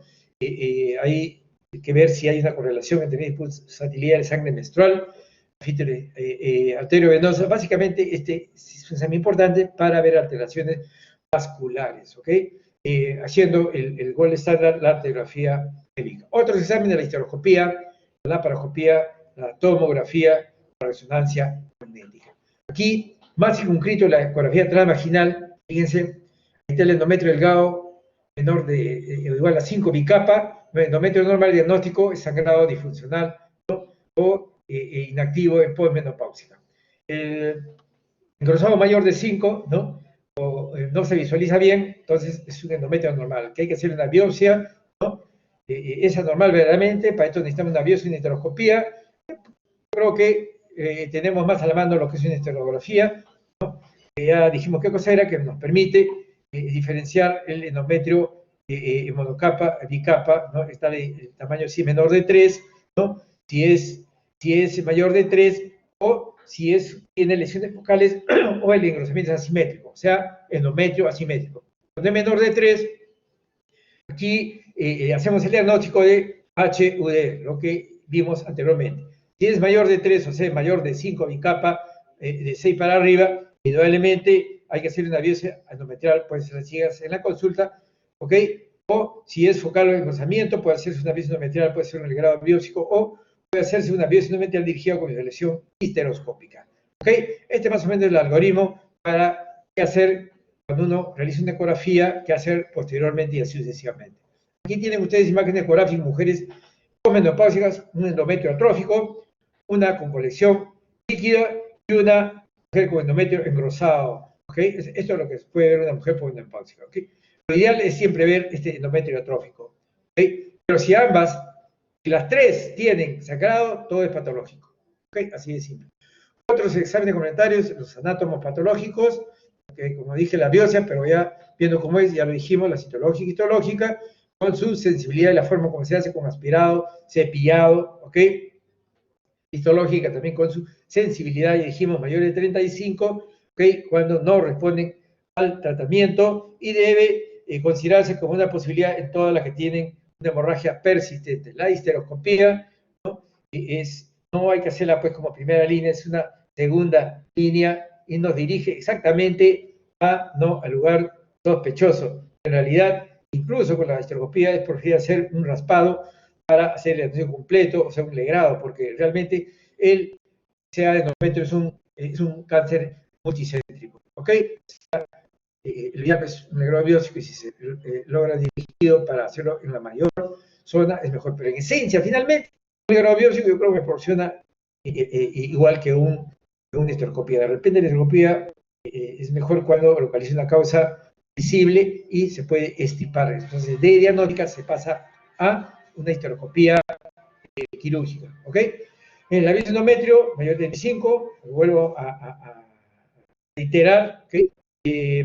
Estímulo estrogénico sin oposición, cuando es menor de 35, vaya al tratamiento médico, ¿no? Es una mujer de 30, 32, si yo le doy y no mejora, ahí hay que ver la posibilidad de 35, que sea crónica, gordita, no libre de diabetes, ¿no? Después no debe hacerse. Sí, mayores de 35 y tienen sangrado persistente. Cáncer colorectal polipoideo hereditario, ¿no? Esta es la enfermedad de Lynch, ¿no? En donde pues está asociado a una serie de cánceres, ¿ok? Cáncer de mama, ovario y otras más. Entonces, allí pues definitivamente hay que hacer biopsias de endometrio sistemáticamente. Tiene una baja tasa de complicaciones, ¿ok? Es un examen bastante sencillo, ahí están sus sensibilidades, especificidades, nos permite pues detectar patologías muy tempranas de que son lesiones todavía precancerosas. No debe hacerse embarazo con lesión EPI, fundamentalmente cuando hay enfermedades infecciosas. Todo procedimiento invasivo uterino debe evitarse cuando hay algún proceso o sospecha de infección. Esta es la biopsia nuevamente, ya quedamos en las características. Cuando también es hiperecogénico, ya dijimos que es difuso local, o sea, cuando es irregular, ¿ok? Cuando no se visualice bien. El anátomo patológico, dije que en las tres debe hacérsele, ¿no? Finalmente está sangrando. Fíjese, este es un estudio donde observaron, ¿no? Entonces, esta cantidad de pacientes encontraron a un número de pacientes con endometrio menor de 4 milímetros, ¿sabes? Con cáncer endometrial, ¿ok? Entonces, fíjense, si una mujer pone endometrio sangrado, así sea el endometrio atrófico, hay que hacerle el depistaje, ¿ok? Si no hay una causa que lo explique, como por ejemplo, ingesta externa exógena de estrógeno, ¿no? Aquí, la metodología que se usa para hacer esas biopsias, el aspirado, el legrado, la ecografía, histeroscopio con biopsias dirigidos o no dirigidos, ¿no? La eficacia de cada una. ¿Viste? Es un buen procedimiento para hacer la diferenciación. Acá hay un diagnóstico diferencial entre lo que es la orgánica y la disfuncional, ¿ok? En cuanto a la anamnesis, en la disfuncional pues puede haber alteración del ciclo menstrual, en esta hay sangrado intermenstrual, examen físico, al examen del útero se encuentra masas u alguna normalidad, en la disfuncional es normal, en los paraclínicos, ¿no? Aquí en la orgánica son anormales, aquí en la disfuncional es normal. Otros apoyos diagnósticos, ¿no? Aquí tenemos para los orgánicos histeroscopía, una histografía, aquí el perfil endocrino de coagulación, ¿no? Aquí se dan cuenta cómo efectivamente diferenciación orgánico y funcional. En cambio, el Parcoin me mezcla algunas cosas que están como difusional entre lo que es orgánico. ¿Okay? Vamos a ver todo lo que tiene que ver con la FIGO en base al abordaje, porque hemos visto lo clásico de lo que estamos haciendo y no cómo hacemos. Aquí, en realidad, viene a ser lo mismo, sino que aquí quiero dirigirlo hacia lo que es la clasificación. Sangrado uterino anormal crónica, ¿saben ustedes cómo es? ¿No? Entonces, no es anormal, es sangrado uterino, en este caso estaría no estructural, ¿no? No es sangrado uterino anormal, sería un sangrado no estructural, o sea, estaría en el COEIN, ¿ok? Sí, entonces hay que hacer una investigación, hay que hacer una historia estructurada, igualito, todo, ¿no? Tener en cuenta la fertilidad futura siempre, lo que se investigue. En edad reproductiva hay que ver su posibilidad, ¿no?, de tener descendencia. ¿Okay? Si los trastornos médicos relacionados, tamizaje para coagulopatía, como digo, aquí en nuestro país no existe, nunca he visto. Selección inicial, exploración física, investigación secundaria. En la investigación secundaria, la biometría, lo que ya usted sabe, pedimos, igualito se le pide. La evaluación del útero. La evaluación del útero, ¿cómo se hace? Se hace de esta manera, ¿no? Si hay un riesgo aumentado de hiperplasia o neoplasia, ¿no?, se ve si hay un riesgo aumentado de normalidad estructural, ¿ok? Aquí está en lo que es las malignas, ¿no? Aquí en términos generales. Siempre se separa lo maligno porque siempre es lo que uno va a pensar más aún si trata de una mujer postmenopáusica. Entonces, aquí vemos, si tiene un riesgo aumentado, hay que hacer una biopsia de endometrio, ¿no? Hay que ver si la muestra es adecuada o no. Si es adecuada y sale un problema de atipia, entonces hay que hacer manejo de categoría M. Si una muestra adecuada no es una muestra adecuada, hay que hacer una histeroscopía con o sin biopsia.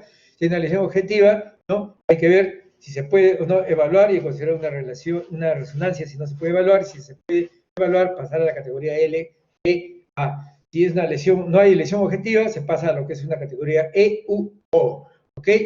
En el riesgo aumentado de una anomalía estructural, sí, entonces la ultrasonografía, o sea, a la vaginal. Si no hay, ¿no?, de frente a la EUO, no presunta, ¿ok? Si hay la ecografía, si la cavidad es normal, si es normal, pues uno pasa igualmente a estas categorías presuntas, ¿ok? Si no es normal, entonces hay que avanzar, hay que usar la histeroscopía como sin biopsia, o la histerosonografía, y si hay lesión objetiva, no hay UO, y si hay, no se puede evaluar, considerar la resonancia magnética. Como usted, es lo mismo de lo que hemos hablado, sino de repente sistematizado desde el punto de vista del PAL-COEIN, ¿no?, que ustedes también tienen que saberlo manejar. Aquí, el manejo en cuanto a urgencia, al agudo y al crónico. Ya vimos al crónico que tenemos una aguda igualmente. Siempre hay que descartar si hay embarazo o no, parece que hace usted, ¿no?, una SUNIA beta, ¿ok? Si sale positivo el manejo específico. Si no, hay una lesión orgánica evidente, pues hay que hacer su evaluación, ¿ok? Es intensa también al manejo específico, y si no, al acercamiento etiológico según edad, según el ciclo de vida, ¿no? Está el ciclo de vida y el manejo. Este es muy similar a lo que nosotros vimos anteriormente, así que solamente para que vean ustedes cómo se va a manejar. Aquí, cuando llega la emergencia con riesgo, ¿no?, de vida, llega una paciente sangrando abundantemente, una paciente con inestabilidad hemodinámica, solamente es una hemorragia aguda para ambas clasificaciones. Lo primero que uno tiene que hacer es si hay una patología de base, ¿no? Averiguar. Si no tiene patología de base, descartar en las primeras 24 horas. Si tiene, ni hablar, que bien, va a ir por acá. Pero si tiene, de todas maneras tiene que ir a este manejo, porque tenga patología o no, lo primero que uno tiene que hacer es estabilizar a la paciente si se nos muere. ¿Ok? O sea, al final va a ser igual, se va a hacer el control de sangrado, el manejo convencional, que usted sabe, ¿no? Hospitalizar, transfundirse en menor de 7 la hemoglobina, es el grado instrumental, el terapéutico y diagnóstico, lograr el control. Hay que lograr el control de sangrado. Eso es lo primero que tiene, con o sin patología. ¿Ok? Si se logra el diagnóstico histopatológico, que bien, ¿ok? Tratado, si no hay recidivas, entonces uno puede hacer el siguiente manejo. ¿Ok? El paso 2, que es el mantenimiento del endometrio y el restablecimiento del ciclo normal. ¿Ok? Eso es lo que uno tiene que hacer. Si se logra, tiene patología de base, hay que tratarla. Si no tiene, esto sigue como tratamiento. Si tiene una patología de base, entonces yo tengo que ver si cuento con el diagnóstico patológico y de acuerdo a la edad y el deseo de gestar, yo le voy a dar el tratamiento. Recuerden que cuando hay hemorragia, ¿okay?, yo hago la categorización entre disfuncional y orgánica. ¿Okay? La disfuncional tiene un tratamiento médico que es hormonal y hormonal. Las orgánicas también tienen tratamiento médico y tienen un tratamiento quirúrgico. La disfuncional también tiene tratamiento quirúrgico. ¿Qué quiero decirles? Que tanto la disfuncional como la orgánica tienen tratamiento médico y tienen quirúrgico. Ambas. ¿Okay?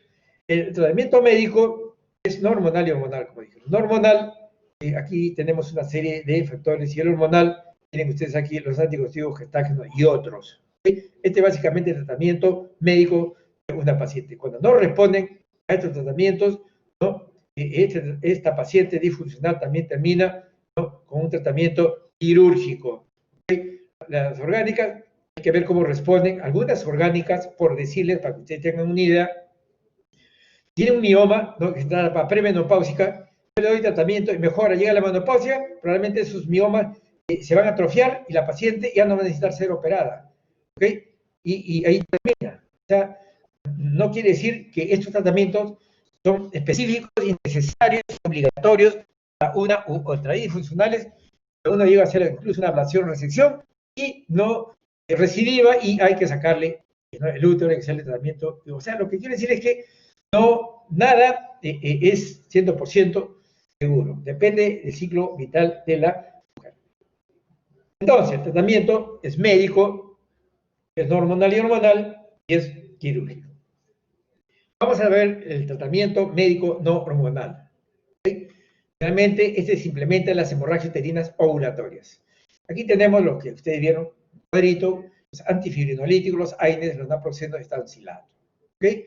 Aquí a la cabeza está el ácido tranexámico. Este es el tratamiento en boga ahora. Ustedes ven ahí la dosis, ¿no?, cómo se da, la respuesta objetiva, tiene una buena respuesta. O sea, ese es uno de los tratamientos que actualmente, ¿no?, se está realizando. La respuesta objetiva también, la misma paciente dice que está mejor, tiene un nivel de orden altísimo, ¿no? Esto ustedes no se saca. Aquí tienen los AINES, aquí tienen ustedes el ácido mefenámico, el Tanston, ¿ok?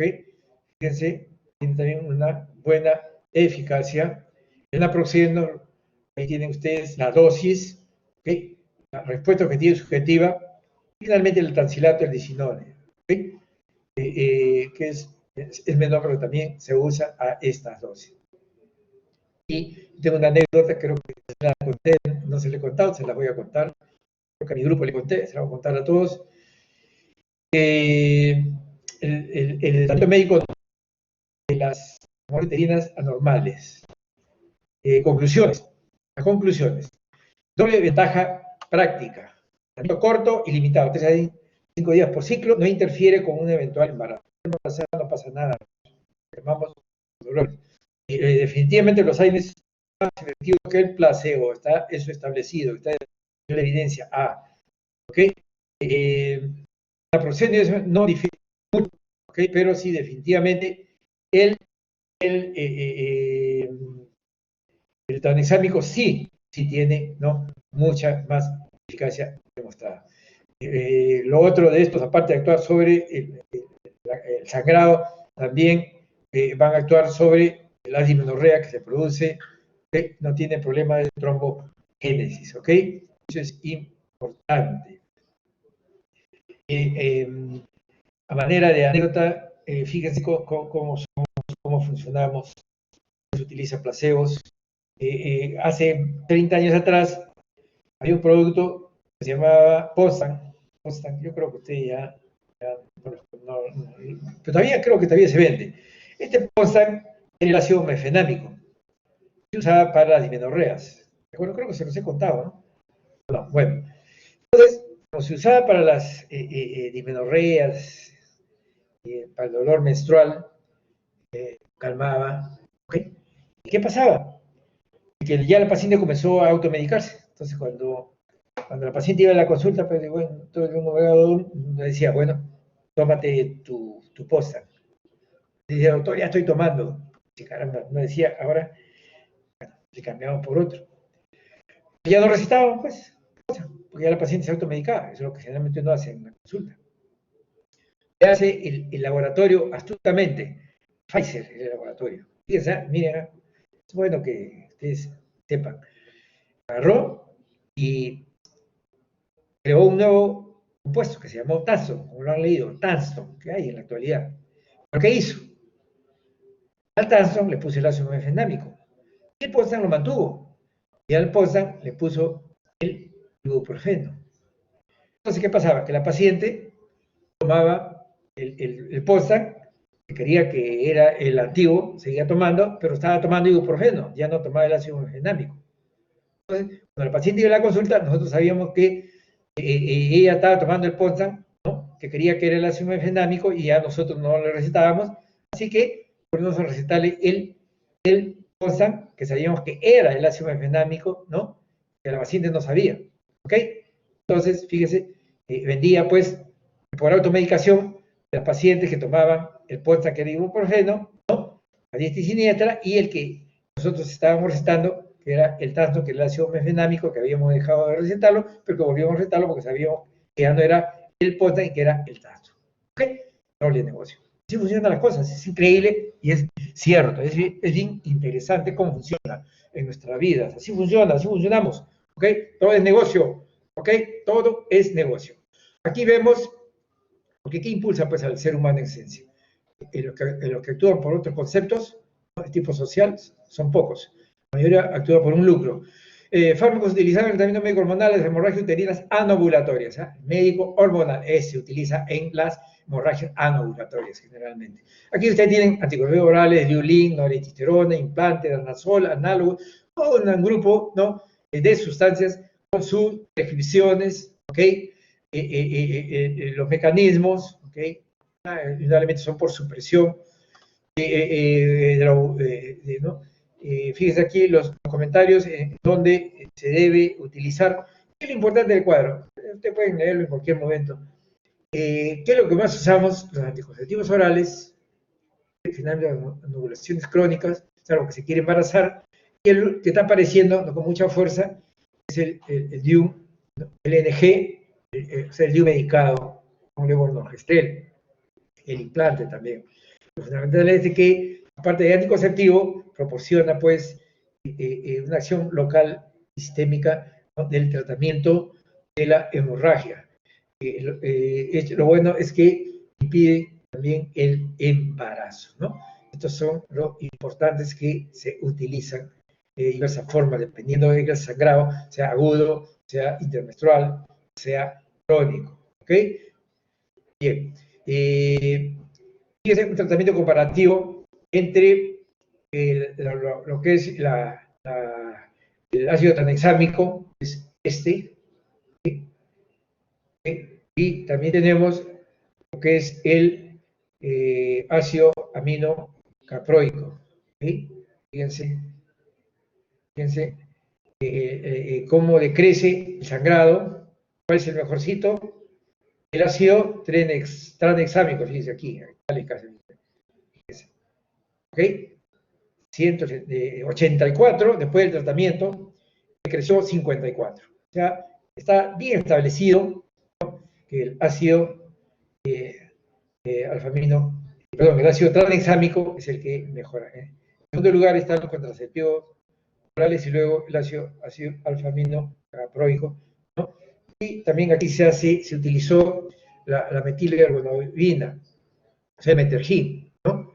Se utilizó también para verificar sus efectos y la verdad no hubo ningún beneficio, ¿ok? Entonces ustedes ya pueden tener claramente establecido qué debe de utilizarse. Aquí la pérdida menstrual, ¿no? Entre diferentes, que tanto disminuye el sangrado, definitivamente a la cabeza está pues el tipo levonorgestrel, ¿ok? En cuanto a los hormonales, ¿no? Definitivamente mejor que toditos, hormonales, pero tienen sus especificaciones, ¿no? Ovulatorios, anovulatorios. ¿Okay? Aunque recuerden que hay algunos orgánicos que también tienen problemas, ¿no? En cuanto a la ovulación. Conclusiones del tratamiento médico hormonal: corrige la hemorragia difusional, previene recurrencias, también puede mejorar otros síntomas concomitantes, ¿no? Que a veces son las causas que lleva la paciente a la consulta. Los anticonceptivos, primera línea en adolescentes, en estos casos de hemorragias, ¿okay? De inicio, especialmente los agudos, se utilizan a dosis mayores que las habituales, ¿okay? Por ejemplo, llega una paciente con hemorragia, como ya vieron, que hay que simular el ciclo, estabilizarlo, las dosis son tremendamente altas, por eso que pueden haber efectos adversos como, o sea, vómitos, o sea, problemas tipo digestivos, que son los únicos, ¿no? Y secundariamente, pues el método anticonceptivo. Y para terminar, vamos a ver lo que es el manejo quirúrgico. Tratamiento quirúrgico. El tratamiento quirúrgico es un tratamiento del proceso patológico principal. Ya dijimos, lo quirúrgico también es para los problemas orgánicos y para los problemas disfuncionales. En cuanto a los orgánicos, tenemos, ¿no?, las hemorragias debidas a pólipos endometriales, a miomas y a adenomiosis. Lo que les quiero decir aquí es, ustedes ven que hemos introducido lo que es el manejo, ¿no?, de Palco-EI, cada uno con su manejo. Este cuadro yo lo hice pues así, creo ya, no sé cuántos años, muchos años, ¿ok? Y ya se catalogaba, ¿no? Catalogaba también las patologías de acuerdo a lo que establece, pues, ¿no? Aquí ustedes ven aquí el P, ¿no? El A, y el Palco-EI, ¿no? De repente, los leiomiomas, ¿no? O sea, el P, el L y el APAL, acá está las orgánicas. El PAP es lo mismo, hace lo mismo, esencia. Y más bien yo agrego aquí otras causas orgánicas. Está la primaria y la secundaria, pues orgánicas, ¿no? Que de hecho las hay. En cambio, en el PAL se mezcla todo. Eso es lo que yo les puedo decir en mi presentación, ¿no? Debería demostrarlo, no hacer un trabajo y mostrarles, pero... Bien, aquí te ven los pólipos endometriales, ¿no? El tratamiento es polipectomía, varias técnicas, se puede hacer también con legado, generalmente es por torsión, utiliza la técnica de lazo, hay otros procedimientos que se hacen a través de la, ¿no?, histerectoscopía, que es el patrón de oro, donde se realiza pues con electrofulguración u otras sustancias. ¿Okay? En cuanto a los miomas, ya también lo explicamos, ¿no? Se puede hacer por vía abdominal, vía laparotómica y histeroscópica, y también laparoscopia histeroscópica. Los submucosos, histeroscópica. También, antes de eso, ¿cómo que sacamos un mioma submucoso antes de la aparición del histeroscopio? Poner grandecitos. Un submucoso, digamos, de tipo 1, ¿ok? Tipo 1, ya ustedes saben, ángulo agudo, agudo, ¿no? Menor de 90 grados, ¿ok? ¿Cómo lo sacábamos? Por la parotomía. Abríamos el útero y entramos a la cavidad y sacábamos, ¿no?, y todo. ¿Ok? O sea que se puede hacer. Tampoco la laparoscopia es la panacea para sacar miomas, en este caso, por vía abdominal. Porque hay miomas que se encuentran, por ejemplo, en el ligamento ancho a nivel bajo, a nivel de ligamentos cardinales o a nivel del istmo, ¿no? Cuello útero, en donde zona muy difícil, en donde si mide menos de 2 centímetros, a veces no se ve. Entonces, si yo entro con un laparoscopio que es todo a pura vista, no se puede tocar, entonces a la paciente se le puede dejar miomas, puede 2 o 3 años viene con los miomas ya crecidos, ¿okay? Siempre los ha tenido y han podido haberse sacado, porque también puede quedar microscópicos que no se puede, que están en crecimiento, que no se puede tratar por ninguna vía, ¿no? Esto es para que ustedes vean qué compleja, pues, ¿no?, son los manejos. Esto todo hay que comenzarlo con las pacientes. Entonces, yo tuve una paciente así, de fertilidad, que tenía un mioma en esa zona baja, ¿no? Este ligamento cardinal, ligamento ancho, la base hacia el istmo, donde lo localicé tocándolo, tenía 2.5. Una zona muy difícil porque ahí está el urete, la uterina. Casi se lo dejo. Decía, si se lo dejo, le hago una ecografía, el ecografista va a decir que es bueno, me va a decir que hay un mioma, la paciente va a decir, pues no se lo saqué. Pero, por ejemplo, yo se lo llegué a sacar, muy difícil la operación, para suturar el lecho, muy profundo, ¿ok? Todo un problema. Le digo, el éxito finalmente depende, ¿no?, de abordar, ¿no?, y dar solución a los problemas.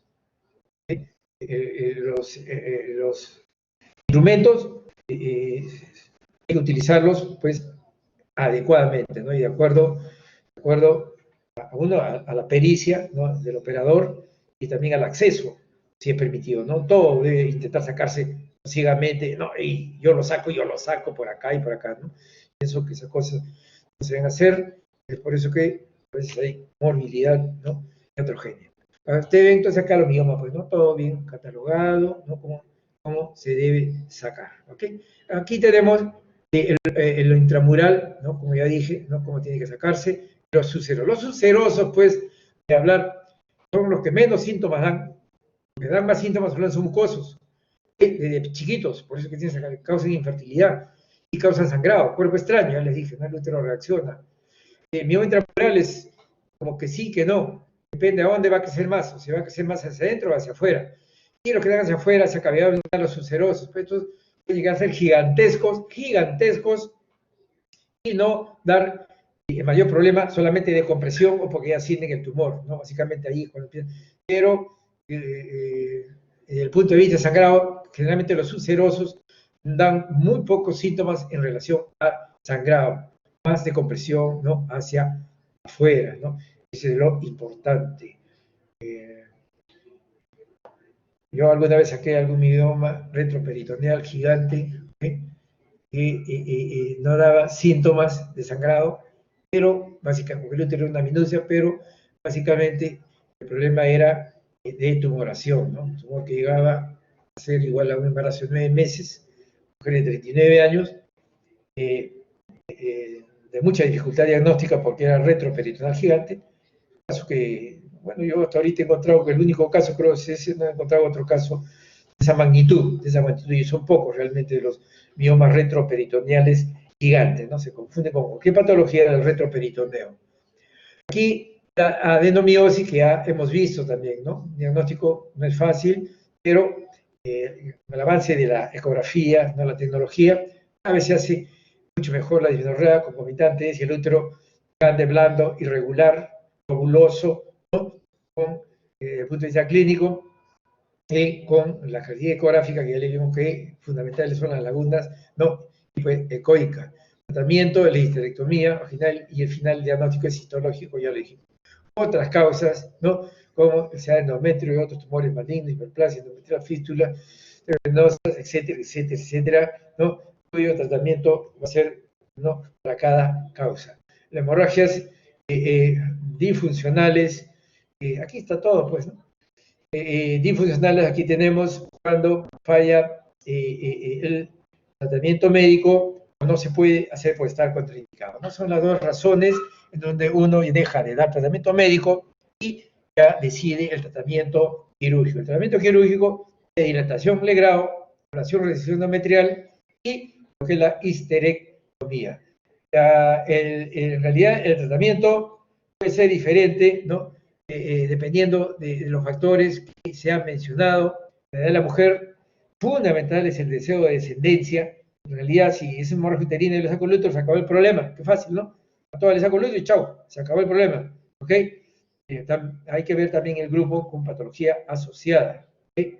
Esto es importante.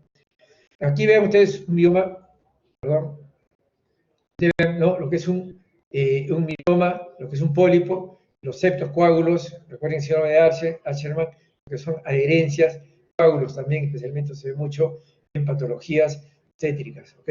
Postparto, puerperales, ¿ok? La dilatación en el grado no es un procedimiento terapéutico de elección, pero realmente sí, nosotros lo usamos de rutina. Los gringos tendrán pues más tecnología, más disponibilidad, más recursos, ¿no? Pero nosotros, es nuestro tratamiento diagnóstico. Incluso en el INEM, ¿no? Sus guías prácticas también lo consideran para hacer dilucidar problemas a nivel endometrial, ¿ok? Y como medida de emergencia para parar un sangrado es la elección, ¿eh? Si una paciente llega sangrando abundantemente, yo le hago un legrado como medida salvatoria para el sangrado. Si para el sangrado, se acabó el problema. Si no para, termina en histerectomía, ¿ok? Entonces es importante, importante. Acá están los tipos de endometrio que hemos hablado, el normal, regular, es fino, se puede determinar, se diferencia miometrio, endometrio, ¿ok? Es totalmente regular, cavidad virtual, aquí se hace de esta manera, para que ustedes lo vean, ¿no? Monocapa, monocapa, generalmente en la ecografía se hace el estudio bicapa, ¿ok? Y generalmente se menciona bicapa. Aquí se ven el engrosado, ¿no? El endometrio engrosadazo, ¿okay? Engrosado, ya saben los tamaños. El irregular, fíjense, se ve así, irregular. Uno viene una posmenopáusica. está el legrado, ¿no? El legrado es el tratamiento. El asunto es que hacerlo bien. En realidad, aquí la falla generalmente es por el operador, no lo hace bien. Hay dificultades, especialmente por menopáusica, donde el cuello no es dilatable y no se puede hacer. Pero también esos síntomas también sirven para presumir si hay o no una patología, porque cuando hay un SEA de endometrio, los úteros son grandes.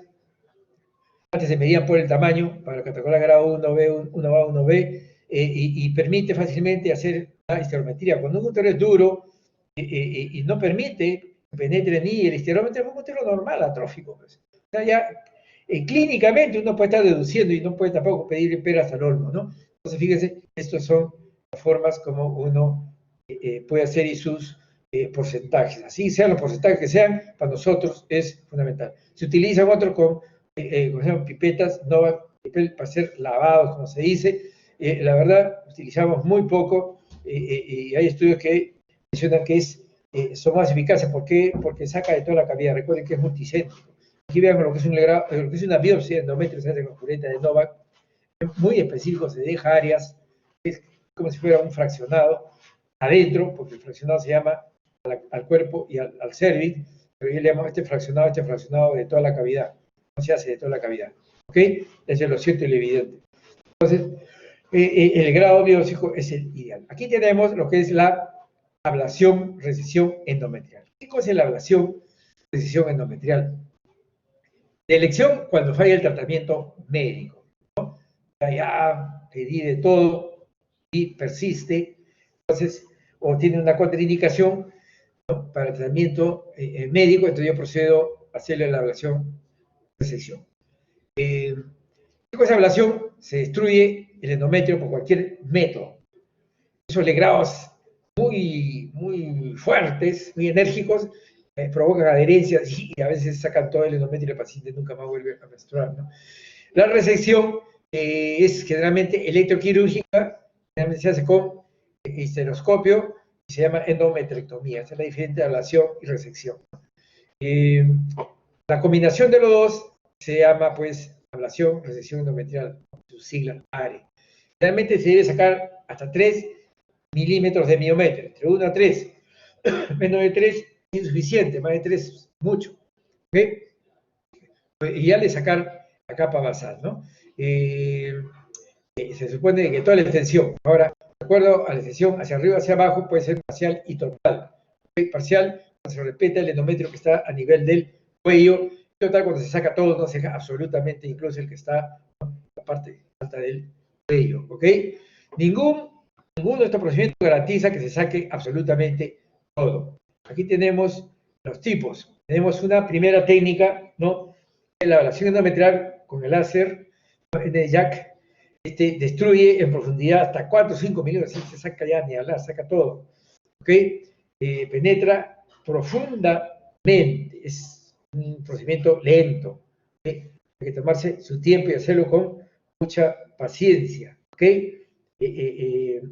La dilatación felizmente es poca, porque el elemento que se introduce en la cánula es fina también. ¿Okay?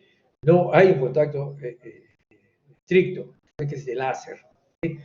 Y en el otro lado tenemos a las técnicas histeroscópicas electroquirúrgicas, es el otro grupo. ¿Okay? Utiliza técnica de evaporación con bola rodante. Esto es como cuando uno también saca el cuello, ¿no?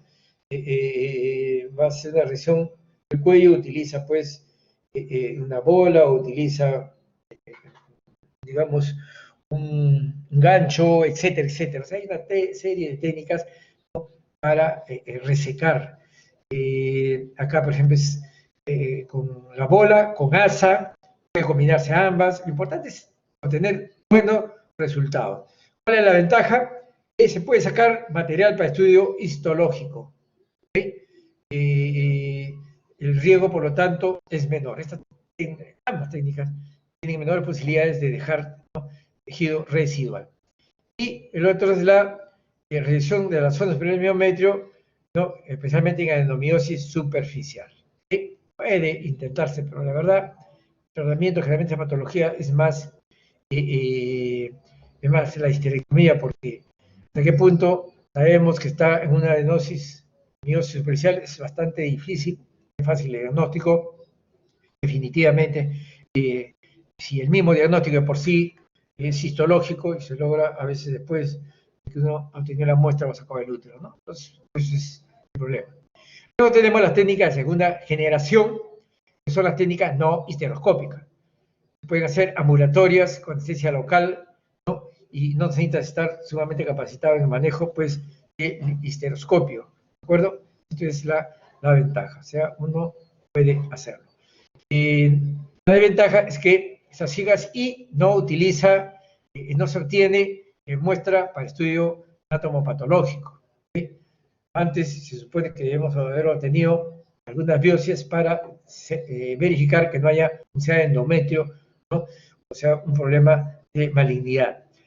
Como técnicas tenemos los balones térmicos, hay hidrotermoablación, microondas, hipertermia, corriente bipolar, hay una serie, ¿no?, de dispositivos que se utilizan para lograr resecar el endometrio, ¿ok? Este sería para muchos, para otros, por ejemplo en el Cochrane 2002, que era el patrón de oro de suicidio cuando falló el tratamiento médico. Y ustedes tienen una comparación entre esta última, ¿no?, estos segundos métodos, ¿no?, como opciones. Ustedes ven, ¿no?, el balón, crioterapia, termoablación y las microondas. Radiofrecuencia, fíjense, ¿no? El microondas es un procedimiento que provoca menorrea, que es un síntoma indirecto de que se sacó prácticamente todo el endometrio. ¿Okay? Esto es lo importante, la satisfacción, que es óptima. O sea, teóricamente, este es un método, ¿no?, un método el más usado, igualito como lo es para tratamiento médico, ¿no?, lo que es el ácido fenámico, ¿okay?, o el tranexámico, ¿okay?, más o menos tienen esa situación. ¿Okay? Es a un año de la ablación endometrial no resectoscópica, de las técnicas no histeroscópicas, ¿no?, a un año la satisfacción. Electrocauterio, ustedes ven, ¿no?, cómo se va cauterizando todo el endometrio, todo el endometrio. ¿Sí? Fíjense. Es una técnica, ¿no?, que requiere, especialmente la histeroscópica, mucha paciencia. Aquí, con este balón térmico, ocupa mayores áreas, ¿no? Cauteriza mayores áreas, ¿no? Aquí tiene el balón térmico, se introduce y se va quemando, ¿no? Se va quemando todo el endometrio. Desde aquí ha introducido, ¿no? Y más fácil, más rápido, quema todo, casi abarca todo. Más sencillo, ¿verdad? Aquí, finalmente, si no ha dado resultado la técnica de ablación, ¿no?, resección, tenemos la histerectomía. Este es el tratamiento ya pues definitivo, es el último. O sea, si se saca el útero, muerto el perro, se acabó la rabia, ¿no? Ese es lo fácil, pues, lo teórico, pero en realidad es la última alternativa que uno debe implementar, porque como toda técnica quirúrgica, tiene también sus, ¿no?, ventajas y desventajas, tiene sus riesgos, ¿ok? Es técnica definitiva. Ya ves que hemos quedado, ¿no?, que es una técnica bastante usada para el tratamiento de hemorragia, y ustedes saben también al final cuántas salen positivas y cuántas negativas. Puede ser la histerectomía también por vía abdominal, vaginal, ¿no?, el abordaje abdominal, el abordaje vaginal. En cuanto al procedimiento, ¿no?, puede ser laparotómico, puede ser laparoscópico y puede ser también, aunque en realidad todavía no se implementa, pero puede ser también combinado. Se está dejando ya de usar ya abdomino vaginal, ¿de acuerdo? Se puede realizar. Ya se está dejando de lado gracias al advenimiento de los nuevos instrumental que se está creando, ¿no?, permitir sacar el útero por la cavidad abdominal sin necesidad de ampliar las incisiones. Antes se sacaba por vagina, ¿no?, como segundo paso, se sacaba el útero como si fuera una histerectomía vaginal. Luego que se desprendió por arriba, se sacaba por abajo. En realidad, En realidad sí, bueno, es generalmente también para ciertas cosas bien específicas. Cuando el útero, ¿no? Por ejemplo, no está prolapsado o está adherido. Entonces ahí sí combinado puede quedarse. Las ventajas, ¿no? De la vaginal son mayores en cuanto al costo, la recuperación, no deja ninguna cicatriz, ¿no? Es rápida la histerectomía vaginal. Ya dijimos, la laparoscopía, ¿no? Se hacía combinado, las abdominales para caso difícil. A veces se realiza histerectomías subtotales, es controvertida, pero yo leo varios trabajos. En realidad, ¿qué implica el dejar el cuello? Hay sus detractores, ¿no? Hay sus defensores, ¿eh? Y esto también es algo que se conversa. Lo importante es que su total se diga para aquellos casos en donde haya sacar el cuello implique riesgos para la paciente, pues cuando hay demasiada herencia de ese nivel del abordaje no sea posible y cuando la operación tenga que ser muy rápida, ¿no? Cuando se hace una histerectomía, su total, la operación es sumamente rápida, sumamente rápida. La operación generalmente demora cuando es total y se trata de sacar el cuello del útero, ¿no? Eso es lo que hace que la operación sea un poquito más tediosa, más difícil, más problemática. ¿Okay? Pero en realidad el sangrado no viene del cuello, los sangrados vienen del útero. Así que sí, yo puedo sacarle en 20 minutos, 15 minutos un útero, ¿no? Total, y en menos incluso, de repente, campeando en 10 minutos, y ya el útero está afuera, o en 5 minutos de repente, ¿ok? Pues si quiero sacar el cuello, ya la cosa cambia, ¿de acuerdo? Entonces la diferencia. El proceso obstétrico, igualmente cuando son úteros dilatados, ¿no? A veces vean como su total es porque no se puede determinar el cuello, pues, el cuello incorporado, entonces es bastante más problemático. ¿Okay? Entonces, además de su total, como dura la operación tan poquito, ¿no? También se recupera mucho más rápido. O sea, tiene sus detractores y también tiene, ¿no? Aquellos que no están de acuerdo. Entonces, si comparamos las ventajas entre la histerectomía y la revisión, ¿no? Endometrial, revisión endometrial, la histerectomía es definitiva y da mejores resultados, definitivamente porque no va a arreglar, hay útero, no va a haber regla, ¿okay? La paciente está satisfecha. Pero también requiere mayor tiempo hospitalario, tiene mayores riesgos. La recesión a la estancia es menor, e incluso si se utiliza el segundo grupo, ¿no? Se puede hacer en consultorio. También tiene menor número de complicaciones, porque se actúa solo sobre cavidad. En cambio, recuerden que las otras son operaciones en donde uno interacciona con otros órganos y puede haber mayores riesgos. La incorporación de la actividad en el área, pues, es mucho más rápido. En cambio, diferencias, en cambio, en la salud mental, la aparición de síndromes depresivos, no hay diferencias entre ambos, más aún cuando la paciente considera satisfecha su fertilidad, ¿no es cierto? Ahí no hay problema. ¿Cuánto al costo económico? Al inicio, la ablación es más barata, pero a 5 años, a 4 o 5 años, se dice que los costos se igualan, y si se va más, realmente de repente, ¿no? Los costos son más favorables a lo que es la histerectomía. Y finalmente, para terminar, vamos a ver los criterios de histerectomía de la ACOG, ¿no? La Sociedad Americana de Obstetricia, ¿no? Dice, la histerectomía realizada para la miomatosis asintomática de tamaño tal que se palpe el abdomen que preocupen a la paciente. ¿Okay? En su caso, puede ser la histerectomía. Son úteros con miomatosis muy grandes, que no tengan síntomas. Recuerden que los pequeños que no tienen síntomas tienen tratamiento médico, más aún cuando están cerca a la menopausia. Cuando hay una evidencia de sangrado excesivo por, ¿no? Sangrado muy aumentado, o sea, lo que estamos viendo hoy día. Porque ambos producen el sangrado, ¿no? Un poco como se confunde, al final, ¿no? Se mezcla ambas clasificaciones, ¿no? Bien interesante, ¿no? Cuando vamos al síndrome y cuando vamos a la etiología, ¿no? Pues que yo considero que la primera clasificación siempre estará, porque siempre uno abordará a los pacientes, ¿no? Desde que empieza la ectoscopía, haciendo un diagnóstico sindrómico, para terminar en el diagnóstico etiológico. Bastante problemático de inicio al diagnóstico etiológico. Uno tiene que aprender justamente, ¿no?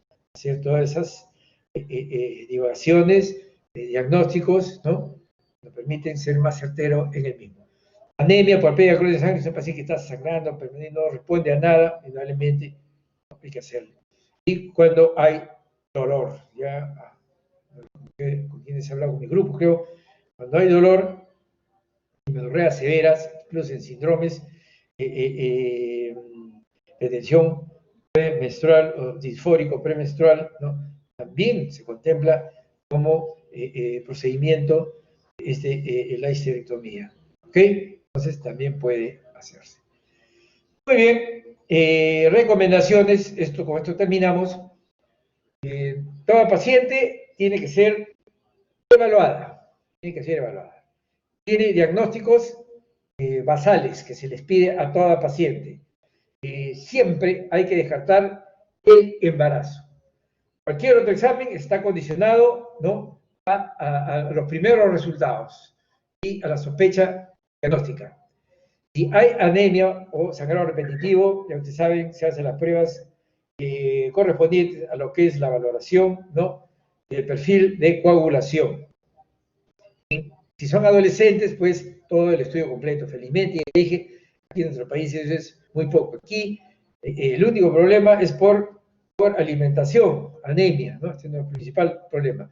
Mayores de 35 años, ¿no?, con hemorragia recurrente, o tienen problemas hemodinámicos, o hay factores de riesgo para hacer endometrio, tiene que hacerse el estudio de endometrio para descartar hiperplasia sea endometrio. Deban darse la lesión del hígado uterino con finalidades diagnósticas. Bueno, esto yo lo sigo colocando porque, miren, la verdad, nosotros hacemos solo eso. Revisando las guías de cáncer endometrio, ¿no?, el INEN definitivamente está a ellos dentro de su forma, en su proceder. ¿Ok? Así de simple. O sea, nosotros lo usamos. Tratamiento médico más bien antifibrinolíticos y antiinflamatorios no esteroideos en este orden. Las pastillas, los orales combinados disminuyen el sangrado. ¿Okay? Por lo tanto, todo tratamiento hormonal, si es el tratamiento y cualquier tratamiento, va a contribuir a que la paciente mejore su hemoglobina. Cuando se trata de anticonceptivos, también estoy hablando con mi grupo, sí, creo que sí. Fíjense, cuando disminuye el sangrado, es beneficioso. ¿Cuál es el principal problema? Que no haya sangrado menstrual. Así hablando en términos genéricos. Usted sabe que la sangre no se acumula, se va a la cabeza, se va a producir fibromas porque no regla, al contrario. ¿Ok? Todo totalmente. Tabúes, ¿no?, de épocas de mi abuelita, ¿no? En realidad, si no se sangra, el único riesgo es que podría haber un problema para gestar, ¿no? Podría haber un problema de anovulación crónica o adherencia. O sea, por ahí va, para gestar, pero en repercusión de la salud en general, no hay ni uno. ¿Está bien? Eso quiero que quede bien clarito. El sangrado el problema es que sangre mucho. Ese es el problema. ¿Okay? Que sangre mucho. Si sangra mucho, sí. Además, si no sangra, como yo siempre le digo a las pacientes, incluso cuando digo anticonceptivos, si no sangras, mira, ahorras en paños higiénicos. ¿Ok? O sea, ahorras. 2, te aumenta la hemoglobina. 3, puedes tener relaciones sexuales todos los días. Así que es beneficioso. ¿Ok? El gestágeno en fase lútea de segunda fase repone, ¿no?, lo que no produce el ovario en los casos de hiperestrogenismo, ¿no?, generalmente relativo a la ovulación. ¿Okay? Los DIU medicados ya dijimos que es una buena alternativa, aparte de dar anticoncepción, y el tratamiento quirúrgico para cuando falla el tratamiento médico hay una contraindicación. La ARE es no recomendable en primera línea y luego, ¿no?, histerectomía en caso no de resultado. Muy bien, con esto hemos terminado, ¿ok? Cualquier cosa, si alguien quiere tener una pregunta para hacerme, tenemos un minuto, pueden hacerla. Si no, daremos por concluida la clase el día de hoy. Es una clase muy interesante, ¿no?, una patología muy frecuente, especialmente en emergencia. Ok, muy bien, gracias con todos, ha sido un gusto y nos vemos en